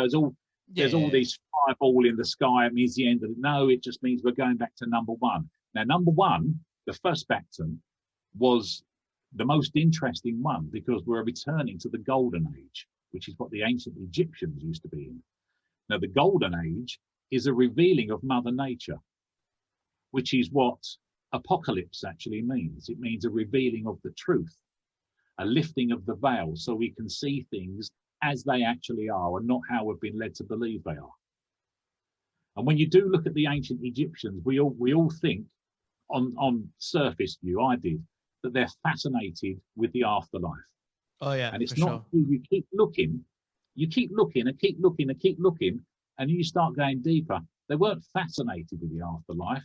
They accepted the afterlife as reality. They were fascinated with consciousness and what we've got around us now. That's what fascinated them. They charted the course that every king took during on his way to become a pharaoh, because there's a difference between an Egyptian king and a pharaoh. And the difference was the ritual that he went through. It was called the ritual of the twice born. All pharaohs were called the twice born. And during this ritual, they were given, nobody knows the real recipe. And this is where Freemasonry comes into it. I'm an ex-Freemason as well. I joined Freemasonry to take part in these rituals. Do you know the handshake? Do you know the handshake? No, I'm a master mason. Yeah. They had the robes and all that. Sorry, all right, we can't get into what, yeah, I was going to say. Maybe another interview we'll get into what are the odds? What are the odds that you can teach me right now? Yeah, you can't just do it. They're all on the. If you search, you'll find out. Well, send us the link.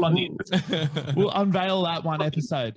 But one thing I loved about the Egyptians as well is like they loved their money and they would take it with them to the grave. They made sure they didn't want anyone to have their shit.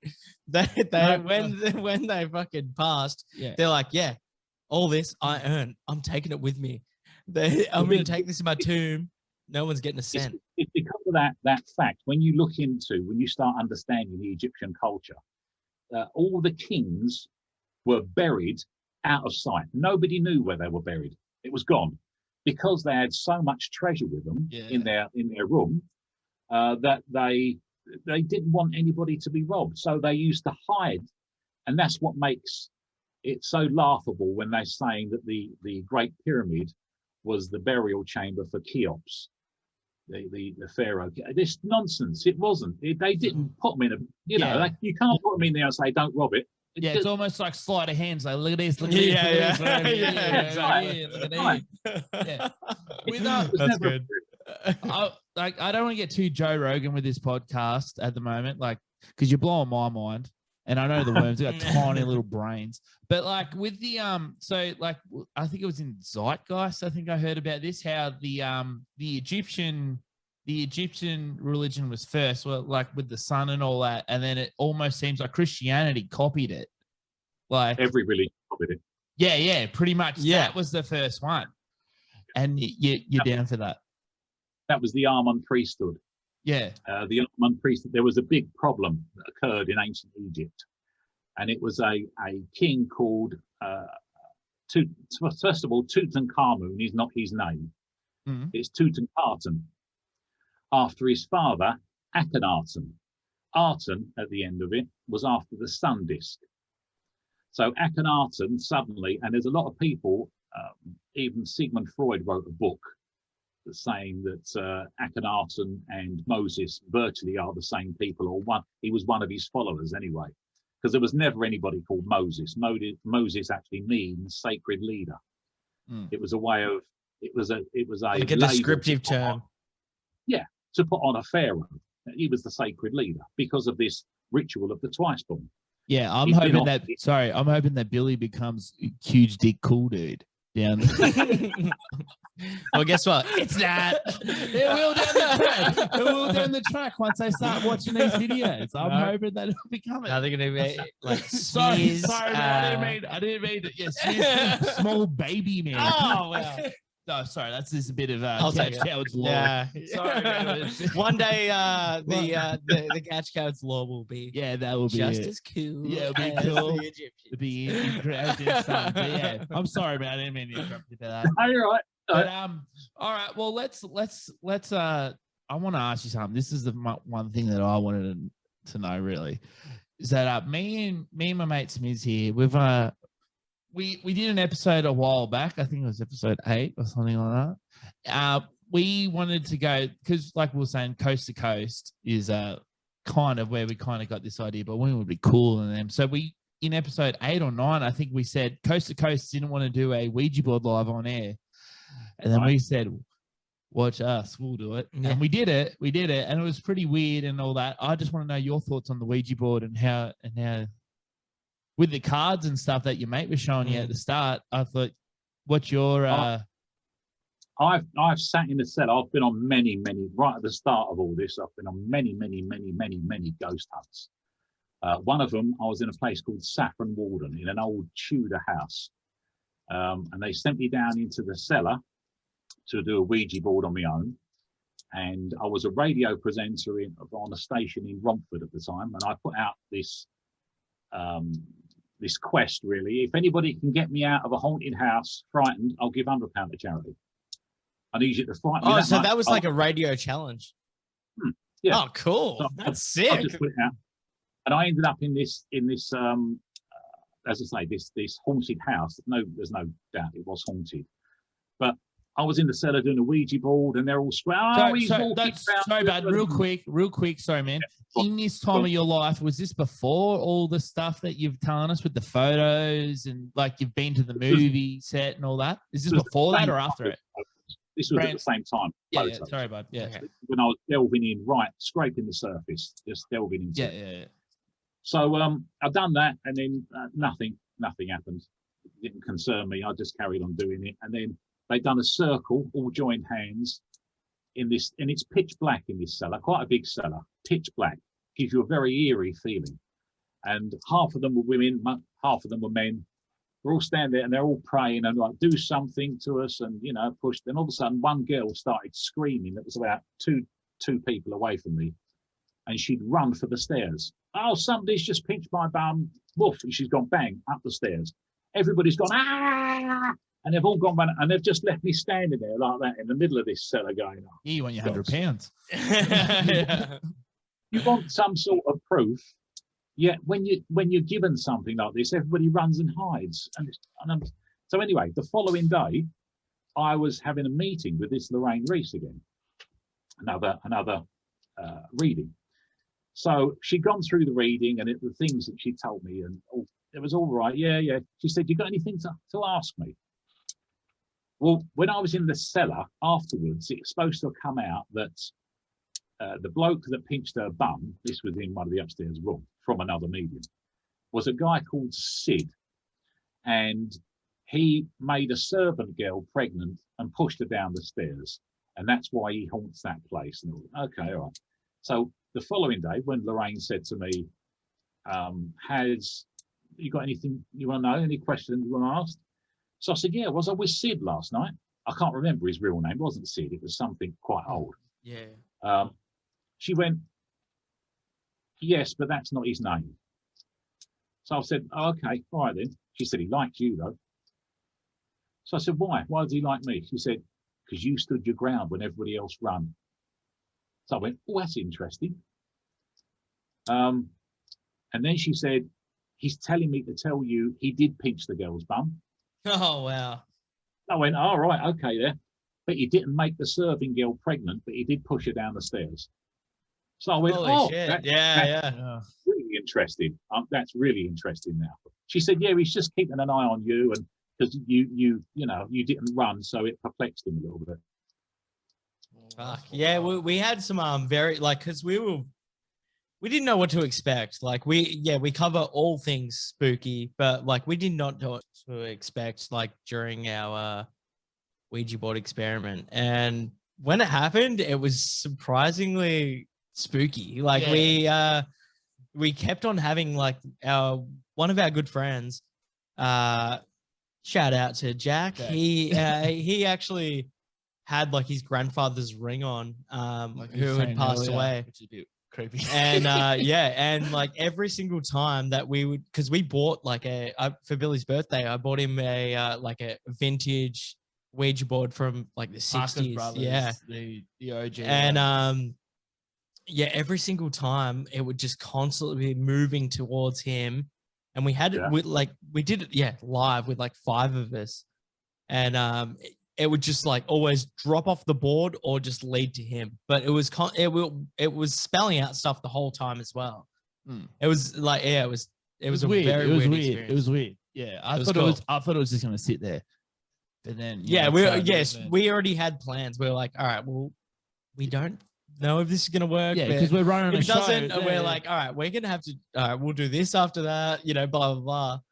But then like it actually started working, and like the other night I set up like trying to like edit the video for YouTube, and I was just like watching it the whole time. I'm like, whose hand is moving it? Like trying to figure out like which person it is. And Ouija boards work on involuntary muscle movements. Don't you start don't get into the science, because that's what we will do. And then we had Now, the involuntary muscle movements, it can be involuntary because nobody is consciously doing it. It's a subconscious thing, and it's your subconscious going back to this consciousness that creates this construct. So if somebody were to interrupt the signal and feed a letter into the subconscious, the involuntary muscle would push it towards that letter. So by me explaining that doesn't mean to say a Ouija board isn't a strange thing to use. It is. But the same as the playing cards with Russ, the same as crystal balls, the same as pendulums. I've seen mediums use pendulums before now. That's a very strange thing. It all works on involuntary muscles. Yeah. See, that's the thing. Coming in this interview with you and you're telling all these stories about picking flowers and all that stuff, I'm thinking like that. Like, you're reading body language, you're doing this, but everything was debunked that you've said. Yeah. You know what I mean? Yeah. So it's like, like I was, I'm thinking the same shit that you're saying, and then it's just like, well, you've actually debunked everything that we've talked about, and it's making me feel weird, and I don't want to talk about it. This spirit world is the only reality, and I'm going to sound really weird now. It is the only reality. What we've got around us, we should be concentrating on. Proving the nature of reality is where the strange stuff really is. And this is why the quantum physicists, it's mind-blowing. You look into quantum physics, it's mind-blowing. There's a thing called spooky action at a distance. What's it called? Spooky acula? Spooky action at a distance. Okay. Type that into YouTube. Wait, one more time, sorry. Word spooky got me. I was like, I mean. Spooky action at a distance. Oh, spooky action at a distance. Okay, yeah. That's it. So if they take a cell from somebody's body, split the cell in 2, if they stress one cell, the other cell is automatically stressed at the same time, although there's a distance between them. Almost like twins. So, almost like twins. And you can separate these cells. They've done it with DNA as well. Separate the DNA, same DNA. They stress that one and that one's stressed. They calm that one and that one's calm. So there doesn't seem to be a limit that this can be done, that this reaches. It's just forever. But so there's the basic foundation gripping the 2 of these things together, holding them together so that to make one react the same as the other one. Look it up on YouTube. Yeah, we'll do. It's fascinating. It really is. We'll do. Now, this is knowledge. I think I'm going to ask these last couple questions just before we leave, but I think honestly this has been great, man. But I like, this is the most big brain episode we've ever had. Yeah. It's gone from murder, it's gone from all this stuff. It's just like, No, but yeah, before I leave, like, if you don't mind me getting to it, your friend, his name was Russ, is that right? Yes. Yeah, So, do you know much about the case? Like, what, do you know what caused the people to, their commit? motive. from what I understand, because I was working on this radio station in Romford at the time that all this was happening, and the police told me to keep my mouth shut because there's certain things that they're not releasing, Mm-hmm. and so that's how people put their foot in it, because they know something that they're not supposed to know. So they said, don't say anything to anybody that this happened for a couple of days. We'll release a press release from the police HQ, and then go with that. What you hear in the press release, go with that. So I actually knew quite a bit about the stuff that was going on, and the gist of it is, from what I can understand, is they were beating him for him to admit that he was gay, which he wasn't, and that was it. No way. Really? Wait. Yeah, fuck. Holy shit. That's hard to even wrap your head around. Like, Just so Neanderthal. yeah. So, so they knew him previously before this happened, or they were just, because it was in a hostel, right? In a hostel, yeah. It was just from the hostel that they knew him. They didn't know him before that, so they hadn't known him for even for a week. That's not. What the fuck? So they were like possibly like, just roommates or something, and then they just thought that he was gay, and then. Well, in this particular hostel, they all had their own rooms, so it was from what I can understand, and I could be wrong with this, it was a drink and drug fueled meeting. Just a few boys, a few fellas used to get together in someone's room, and that was when it sparked off. That's gnarly. So Wow. With it's just pointless. yeah, And he wasn't gay. That's fucked. doesn't even matter though. You know what I mean? Like, it's still not a. Even if it was, you know what I mean? No, like, there's no yeah. point. There's no. What year was this? This was 2000, I believe, 2006. Oh my god! I thought you were gonna Don't say like fucking like that. Yeah, like that is gnarly. When you had that, sorry, bud. When you had that phone call, do you think that was them knocking on the door at that present time? Yes, I do. Oh no. Yeah, And that gave me the creep. That was the fun. And that was probably them to arrange, because this was of an afternoon, about 3:00, possibly a bit earlier. Oh wait, this happened during the day? Is that what you was? This happened. The phone call that I had with Russ was about 3:00-ish, 2:00-ish, as I was driving up to Birmingham, and I reckon that was him knocking on the door saying, "Do you fancy get together tonight?" And it was on the Wednesday night that he'd been killed. He'd been murdered. So he was laying there Thursday, Friday, and then Saturday night, late Saturday afternoon. That's gnarly. Well, but it's pathetic. It really was. I mean, what's that? I don't understand. It still blows my mind today. Like, I mean, there's still obviously people out there like that. I can understand, like, I mean, not even understand it, but like back in the, fucking 50 years ago, people were just very straight-minded. You know what I mean? Like, they didn't really have a clue.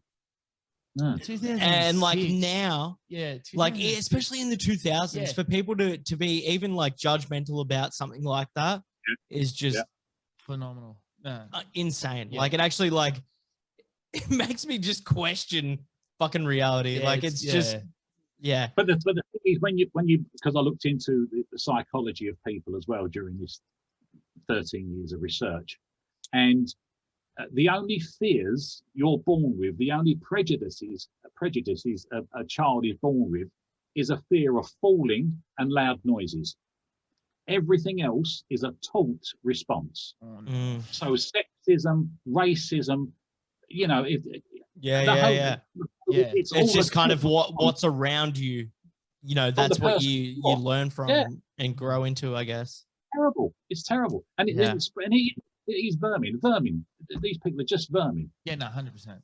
100%. Yeah, that's sick. That's fucking no disgusting. compassion for them at all. But I think that's it. Let's call it there. Yeah, man. Please, everybody, go look at the podcast. Water into wine. Water into wine. Water into wine. My mind is blown. This new beanie of mine is just keeping it in the head. That's the Yes. only reason. Our new merch that we Hello. got. That's the only reason my brain is still in my head. Thank you so much, Michael Paul. Michael Shout Paul. out to you, man. Go check him out. He's on Spotify. It is so easy. Just Honest, yeah. punch it in there. Make sure you put Oh. podcasts though, because there's a lot of songs about water into wine.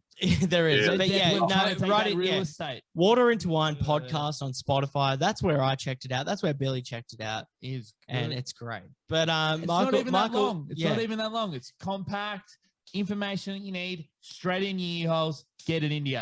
And do you have any other social media that you want to share? And all Yeah, the or YouTube anything all else that you'd like to shout out. If you just go to Google, put Michael Paul Water in Wine podcast, it will bring up a huge list of all the places you can hear it. And I've got a Facebook page, and it just goes on. It's all on the list. Just Google it, and it will come up in front of you. Right. There we go. Interesting story. Thank you so much, Dude, bud. we actually you're a Yeah. fucking you're a Yeah. legend, mate. We Thank you. loved Yeah, speaking it. here. We loved it. We loved how professional you were. How you reached out to us. It was great. It's rare that people reach out to us. Yeah. It's only because of the ad now. But thank you so much. We'll Guys, share you on it's been a everything, pleasure. and it's been great. Oh, it's been. No, it's thank you, been- man. Thank you. Thank you so much, fellas. Thank you. Cheers, mate. We'll be Cheers, in mate. touch. We'll be in speak to you touch. soon. Thank you. We'll give you all the interview and all that chopped up, so you can share it on all your Good. stuff. Lovely, boys. Thank you so much, fellas. It's been a pleasure. It really Thank is. you, bud. Have a Thanks, good one. mate. Cheers. See you, Wanga! bud. Boys, girls, and bald-headed babies. That was a fucking. Wanga. We're not stressed. We didn't fucking. We're not stressed. The phone's on. Shut up. No, you know what? We didn't realize, but the phone must have been left on, and it died. It was a brick. But It's on now. it's on now, and it'll be up in a minute. Who wants to win? Copy. I wish we had a drum roll, but we don't. Mandy. Mandy. Mandy. Good film. Yeah. Good film. Very red. Very colourful. Neon, baby. Nicolas Cage. In a cult kind of movies, kind of like Hellraiser. It's fucking sick. Yeah. It's Do you want really to talk about it a little? Very violent. It has a scene with there's a TV in the background. This is not really a spoiler, but there's an ad for a thing called the Cheddar Goblin. It's for a mac and cheese brand, and it's just eating all this macaroni and cheese. And the Cheddar Goblin is actually owned by a fellow podcaster. Probably you might have heard of him. Like last podcast on the left. Don't need to go there. They've got plenty of friends. Henry Zabrowski owns it, and he's always taking photos of the old Cheddar Goblin. But yes, it is a good movie, and yes, Yeah. Does Yeah. he reckon said it's like an acid trip? yeah. I was gonna say it's like King Giz horror movie. That's what I'd reckon it is. It's just like psychedelic. It's all over the joint. There's a cool. Ben reminded me. There's a cool photo, like a screen at the end of Nicolas Cage, and it's fucking wild. Yeah, it's worth a watch. It's really good. It's fun. I still haven't watched it completely, like every other movie in the world, but Spins knows the start of everything. I know the start of every movie. But yeah, last night we were talking about it, and let's just say that scene looks like baby got into nappy. It's his face is covered. He's covered. He's covered. But you know, it's that time of the episode. Thank you guys for sticking around. I love the big brain worms are in here now. Oh God, we hit all the topics on that one. Yeah, how cool was that? But yeah, no, it's actually legit worth going and listening to the podcast. It's very cool. It's very very in depth, and it gets into the Da Vinci Code and stuff like that. And it's some of it sounds like it's like, oh fuck, I couldn't listen to that. It's very like it's common man kind of thing. Like Yeah, he he doesn't- breaks it down for He you. doesn't expect you to know everything like that. He's done the research and he's explaining it to you. So, you know, yeah, he's done the legwork. So you might as well go give him a follow. Yeah, go check him like out. I mean, when he like I mean, there was a couple times where we were saying, "Hey, save some for you." Like Yeah, you know, yeah. like I honestly, like genuinely think that you guys should go check it out because he didn't get into every single detail when he was explaining it to us. That's the first like, episode. That was yeah, the first yeah, episode. that was pretty much it. Yeah. And he's got like 15 episodes or something like that. It may be think- even more. I think it's 18. I think Yeah, we're, there you I think go. we're going to hit him next week. Yeah, But unless you count these streams, oh, fuck. How many we got? Millions. No one do the math on that. But anyway. All right, guys. Well, I think it is time for the phone's on. Oh, you got it is on. Yeah, it's on. I turned it on. Oh, nice one. All I right. Well, turned it the on. phone is on. The phone. It's up on the screen, the number. Who wants to win? Mandy. It's a fucking creepy movie. Let's play the intro All right. because it's not officially yet. no, until we fucking get it. It's not official until the news comes on. All right, guys. You are fake news.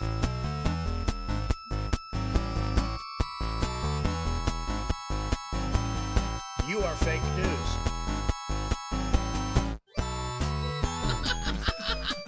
Say it. I forget about that. Oh God. Smith, you look parched. Trent, you got a beer for the old I Smizzer? know, I'm thirsty, dude. Trent, can you hook up? Oh, thank you. Get it. Trent? Trent. Do you want us to let you out again? Do you want us to let you out next week? Hey, naughty Trent. Oh, my God. Naughty Trent might have to bust his ankle like Conor McGregor. Fuck him. Oh. Pressure breaks pipes and makes diamonds, baby. Dustin, the Bayou boy. Getting it done. Come at me. If you said he didn't win, he kicked the fuck out of him. He won that round. Sancho, I don't think episode 1 is on Spotify. I actually listened to it on there, so Yeah, I did too. Yeah. it's on there. Trust me, check it out. Water into Wine podcast. Water into wine. Yeah, but we have Oh, thank you, Marnini. Wanga boys. fuck yeah, dude. But yes, Subscribe for 4 months. What a loyal fucking worm. hell. Good on him. Thank love you that so shit. much, Marnini. All right, so get that number up, So bruh. yeah, the number's up on the screen there. If you Get maybe the questions someone up as well. Get the questions up just for me. yeah, Just for me, so I can run through them again. Okay.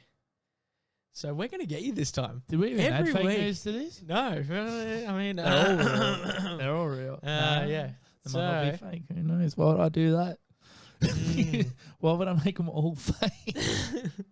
we're gonna get you so hard this We're gonna time. get you Seriously, so hard. I do not. just try and Just- beat us. Just have a go if you think you're hard enough. Okay. All right. Also, for the guys playing back at home, the guy that I thought old Michael sounded like was Michael Caine. Batman's butler. If you got it in the chat, I don't think anybody. Someone said Harry Potter. I think they're a close second. You're a wizard, Harry. Oh my god, that was very quick. Okay. Wanga, how you going? Wanga. Yeah. What's up? How's your night going? Oh, it's going alright. Yeah. Yeah. It's going alright. Yeah. It's going alright. Yeah. It's going all right. What are you up to, mate? Oh, just relaxing at home, you know. Yeah. Nice. Yeah. Alright. Alright, well, Alright. how confident are you? Sunday Simon? night. Sunday Yeah. night, big brain, full of Yeah. information. Big brain. Yeah. Very big brain. All All right, bro. We're going to give you these questions, all right? Yeah. All right, you ready? Smith, can you read them out this week? I can read them out this You week. got it. You got it. I'm on All the right, board. fake news for the week, guys. So, A, B, C. There's going to be one that is fake news. The other two, Oh, true, yeah. baby. True. And guess what? We're trying to trick you. We want you to fucking fail. We want you to. All right? So, We want to Yeah. hear this. Hit me. we want to hear that, but we also want to hear... We want to hear that too. Yeah, we want him, bro. All right. So, A.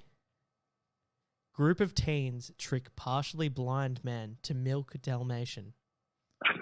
That is A. B. Florida teacher jailed after having sex with student who reported her due to her weak head game. No dome. No dome. C. No dome. No dome. C. Man charged with molestation of whale. All right, before we start, though, how's that second one? She's supposed to be teaching your brain, Weak. but you can't give it. Got it! Burn her ass! All right. So let's read them out again real quick. Smith. Okay, Give me so the A. music. Group of teens trick partially blind man to milk Dalmatian. B. Florida teacher jailed after having sex with student who reported her due to her weak head game. And C. Man charged with molestation of a whale? Okay. Gonna lock in C, Eddie. C. Man charged with molestation of a whale. You can't rape So, a whale. what, you don't think anyone would, put it in the blowhole? That was Well, good. what would you do? Is there a blowhole or is there Just blow your I don't know. another hole? There might be another one. Yeah, Free Willy, you know what I mean, baby. Yeah. Yeah. All right. So, you're locking in C. Locking in C. I'll go C. Final answer? Yeah, lock it in. Oh, fuck! Wrong. Sorry. We got you hyped, but it's actually wrong. So, Billy's known for that. Psych! Disease raccoon. Psych. Yeah, there we go. Nope. We got you. So, Nope. mate, you know what? There's always next week. That's And always also, there. if no one else calls up, you can try again. You can But try, you might yeah. have to put another voice on. Yeah. But sorry about that one, guys. So we're gonna have to cancel that call and get a new caller in. See you, bud. See you, mate. Thanks for calling in. All right, guys. How confident are you? If you're sitting on Google looking this shit up, you're a fucking dirty cheater, You're a and we don't like scumbag you. and a cheater. All right. So, come on, call up 0475 230 150, or if you're interstate or whatever, call up. I mean, send a message into the chat. We can get you in through his Discord if that suits you. Yeah, that's it. Oh, here we go. Wanga. What's One up? guy. Hey, mate. Hey. How are ya? Yeah, good mate. That's good. How you feeling, mate? Yeah, are you confident? I'm confident. Yeah. Ooh, someone else is Ooh, calling someone's through, calling mate. Oh, through. yeah, they might be cutting your fucking lunch. So let's all right, let's get it up. Do you want to we'll give you the thinky music. We'll give you another quick rundown. And if you Googled it, you're a dirty cheater. You're a scumbag. I haven't Over it. Googled it. All right, so A, group of teens trick partially blind man to milk Dalmatian. B, Florida teacher jailed after having sex with student who reported her due to her weak head game. Or C, man charged with molestation of a whale. Well, it's not C. You sure? I said it's not C. Yeah, yeah. You want to lock in C? No. Okay, all right. Well, Okay, I'm not looking at And I have a question. uh-huh. Yeah. Is it milking a female Dalmatian? I'll have that. Or is I it- don't know. The article didn't say that. Didn't say no. Yeah. I didn't we can't get into the breakdown of it, you know what I mean? Like, Okay. All right. I'll lock in A then. You're locking A? Yep. You sure? Locking it in, Eddie. locking it in. So you said C, yeah? So, A it is. A it All right, is. let's see what the board says. that is Hey! That Mate, is correct. you have won. You done it. Oh my God, you've just earned yourself a copy of Mandy. Mandy, go put it on. Put it on with your loved ones. Yep. And also, we're going to burn you a mixtape of Mandy Moore's greatest hits that we? comes along with it. Did you- Billy's favorite. I've actually just grabbed it out of his car. I ejected it out of his CD player and I have a Mandy Moore's greatest hits coming your way. I have a 6-tape deck Fucking oath, player boys. in the back Appreciate of the it. All Thank right. you Well, so hit us much. up on Instagram, Facebook, whatever. We'll We'll sort know you if out. you're We'll send it lying your too. way. No worries, boys. All right, mate. Enjoy. Good job. Enjoy You the did well. Enjoy the rest of the cast. Thank you, brother. Thank you. bro.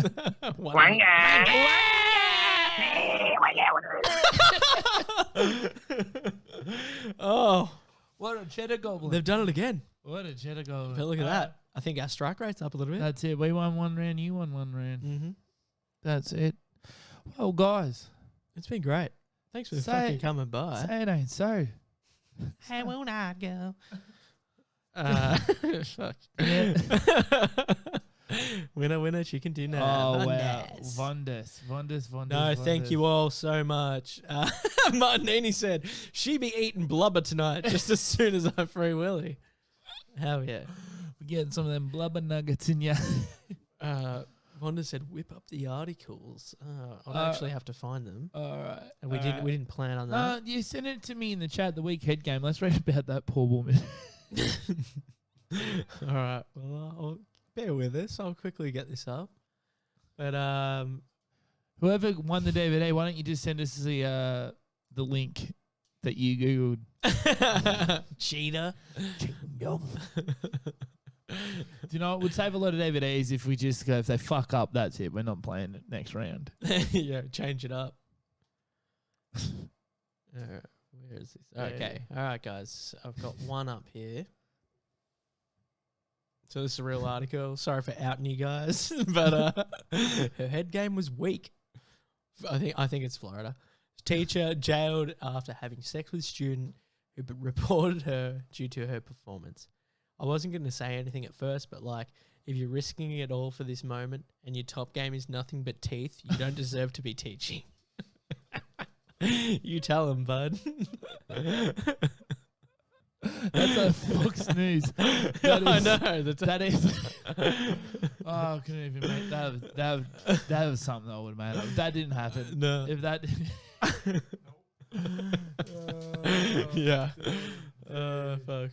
The blubber one. I don't even have God. my phone on me, but God. yeah, fuck. We'll leave it there. He tried to rape a whale. He tried to. Yeah, it didn't say whether it was the plug hole or the mouth, but I doubt it was the mouth. Yeah. I don't know what their asses look like. I don't know if there's like an available hole Oh, there. well, here's what we're Anyway, doing. Get it upstairs. Let's look it up. Come Whale on. anatomy. Yeah, let's go. Whale asshole. What's it look like?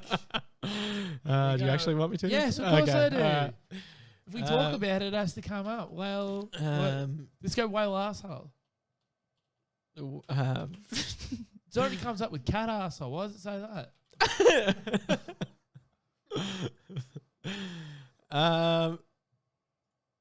Click that. There we go. This one will be good enough, I think. That looks like something ass. Okay, so Penile slit? penile slit.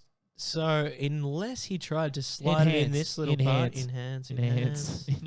Unless he tried to slide it in this little slot, I can't see him doing that though. And same with that little hole at the top.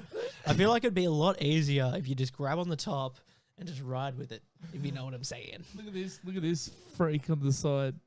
Interesting stuff. Thanks, Lynn Sheen. You damn Interesting creep. stuff. You know what? Give her a like. Oh, no. And then also I'll say, that's hot. They can't even see it. They can't even see you. Oh, damn it. You can't see it. Yeah, damn well, it. trust us. Go look up whale butthole, and then it comes up, and then Smith is in it. Oh god, what is this? What have I become? Please, the footage of Bill's You in Trouble sound. Oh, okay. I Give wish- us a sec. I'll get it. Did you actually? Oh, you got some. Oh, yes. Fuck. That actual video is so good. Nope. Got him. So I'll explain it. Yeah. So, But thanks for coming by, everyone. It's been fun. Thanks to our audience. Thanks to our manager. It's been great. Thanks to our sponsor. thank you, Trent. Thanks, Trent. Trent's here too. Look at that little spooky hand. Look at that little spoon. Oh, just flipped him hey! off again. Wowza. Flip him the bird. All right, so this is the first one. So this is when I got it bogged. So I'm gonna go find the other one, but I'll explain what happened. Mm-hmm. All right, I'll get it up now. But the trust me, it's worth sticking by because you'll have a good laugh. So what happened was we were driving to this job, and the Google Maps said that there was a slip road.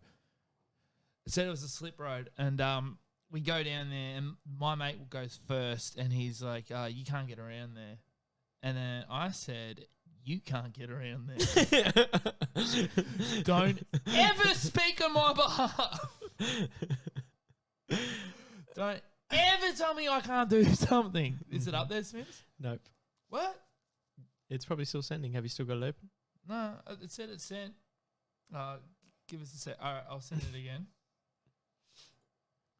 But yes, this it'll give you a good laugh. Trust me. The I go back to it all the time. I ask him all the Yeah, time it's when I tell great. the story to other people. Send I'm like, it can you through. send me that video through again? Send it through. There's 2 videos. Fucking But just imagine a car in quicksand. That's how I imagine it. did it send through? No. God, what is going on? Give me a sec. kind of like taking an Astra down the Devon bush track, Marnie. Yeah, kind of like that, but a little bit different. A little bit more more like an Amarok. That's submerged underwater. Just something a little bit more expensive. I'm not sure why it's not sending. Weird. Oh, God.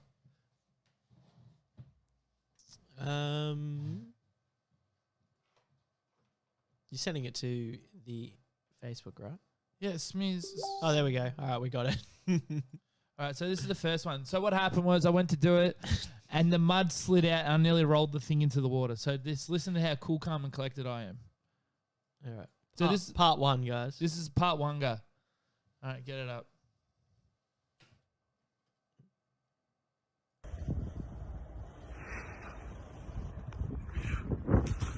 What happened? Just trying to get to work, man.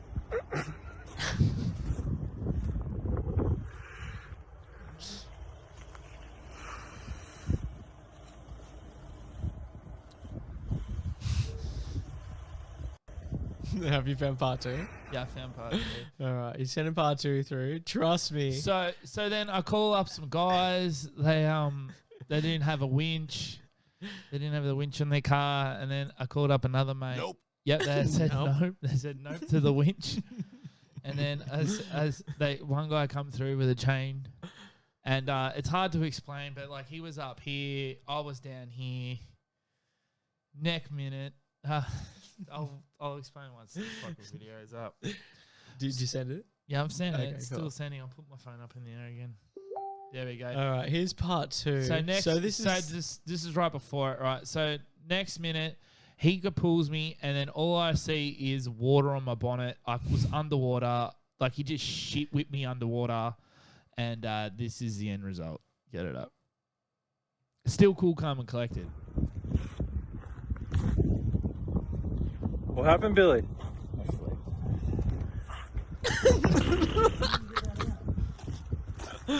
That's an expensive slip.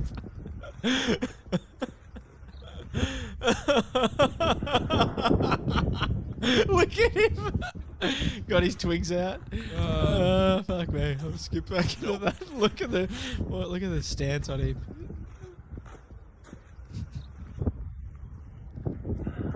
Oh fuck. Yeah, my boots aren't that brand. That's water.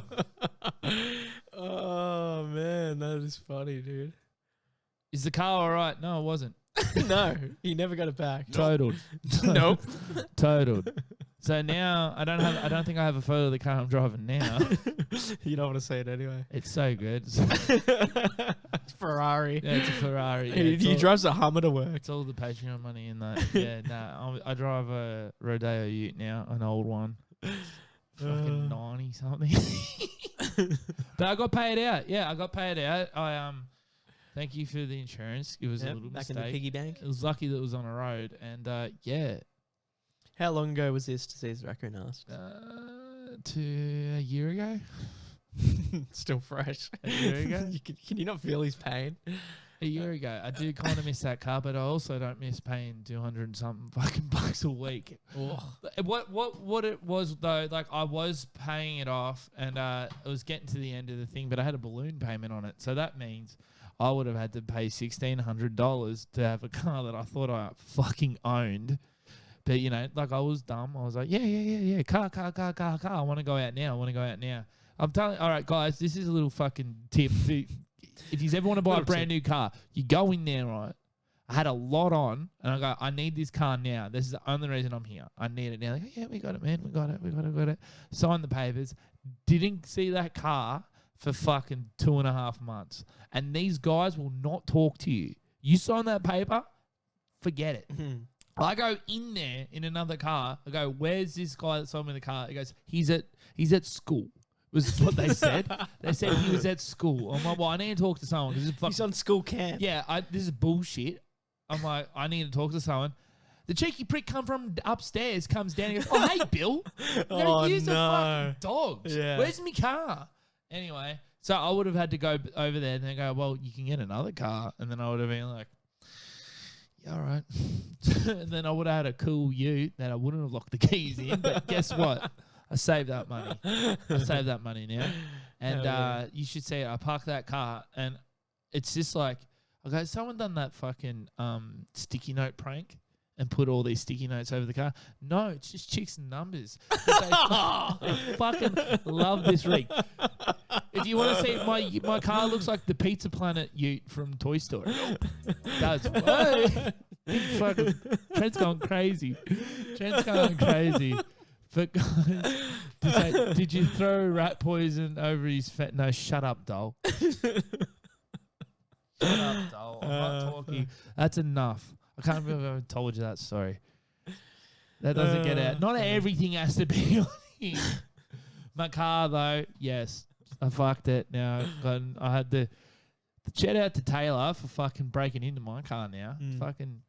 He's been playing a lot of GTA lately. I'm looking at him with, I'm like, thanks for doing that. But I'm like, yeah. We were wondering why that, like, he wanted to wear a balaclava while he did it, which was just like a weird thing. I think it's like a kink. But thanks to him for actually getting it done. He was in a mankini. Pardon? Oh, the tennis ball. And Grady made a tennis ball to open it up as well. And they kind of gave us the idea to do the other window. But yes, it was good. It all worked out. Sancho, the alarm didn't go off? No, because it's a car from the fucking 70s and they didn't have alarms back then. I dropped my wallet that's full of coins. And I thought it was the keys. So I locked He's the got a door. wallet that's huge. So, like. Yeah. It's a cool wallet. Can you go grab it, Trent? Thank you. But yeah, it does sound like I if you were to drop it. George wallet. Yeah, kind of like a George wallet. But no, because I'm not like Smiz. I'm on brand. Everywhere I go, I want everybody to know I'm a fucking degenerate. I want everybody to know I'm spooky all the time. Yeah. It's not enough. Rep it. Here we go. Trent's getting me my wallet. Thank you, Trent. Thank you. So that's It sounds like keys if you were to drop it. That's my wallet. That's personalised. Do you want to shout them out? It's a Ouija board. Red Hat of Leather in Frankston. They'll do whatever you want. You give him the idea, he'll make it. Look at that. Press studs. Mm-hmm. Some coins in there. So I thought my keys hit the ground. It was me wallet. And look at this. Look what you can keep in here. You little fucks. Stickers. Oh, nice. Stay on brand. Sancho said, "Is that a man purse?" Dylan said, "That's a purse." Dog Abadell said, "Is that a purse?" We've got a lot of Hear that, boys? That's money. Our boy's balling. It's called a biker wallet. I don't think biker wallet. It is actually called a biker wallet. Yeah. Yeah, because bikers have it. Zizar agreed. He's a fancy boy. Yeah, we'll go get custom wallets. This was before the podcast, bro. No, I think it was like the first episode. We already had a. Funny. But yeah, Imagine how many coins are in that. heaps because You can buy yourself a sausage roll. I'm running on the cream economy, mate. Cash rules everything around me. Get that fucking cheddar goblin, if you know what I mean. All right. All right, guys, we're going to fucking call it because the fucking the car stuff, yeah, it's very funny. All right, thanks. Couple of 5-cent pieces shaken. Also, Biker purse. I do declare this man has a purse. They're calling him out. Nothing but gold. He needs to go. He's got a little tissue compartment after this that he's going to go and. Where's something being done to that mic with a rubber coin on it? All right, guys. One love. Shout out to our manager Dana. Shout out to deadenddvd.com. Thank you, Trent. Thank you, Shout everybody. out to our boy Grady. Thank you, Trent. All right, guys. So much one air. love. One love. One guy. Peace. Do you have a fart, Smiz? I don't. All right. See you, boys. See you guys. Wanga.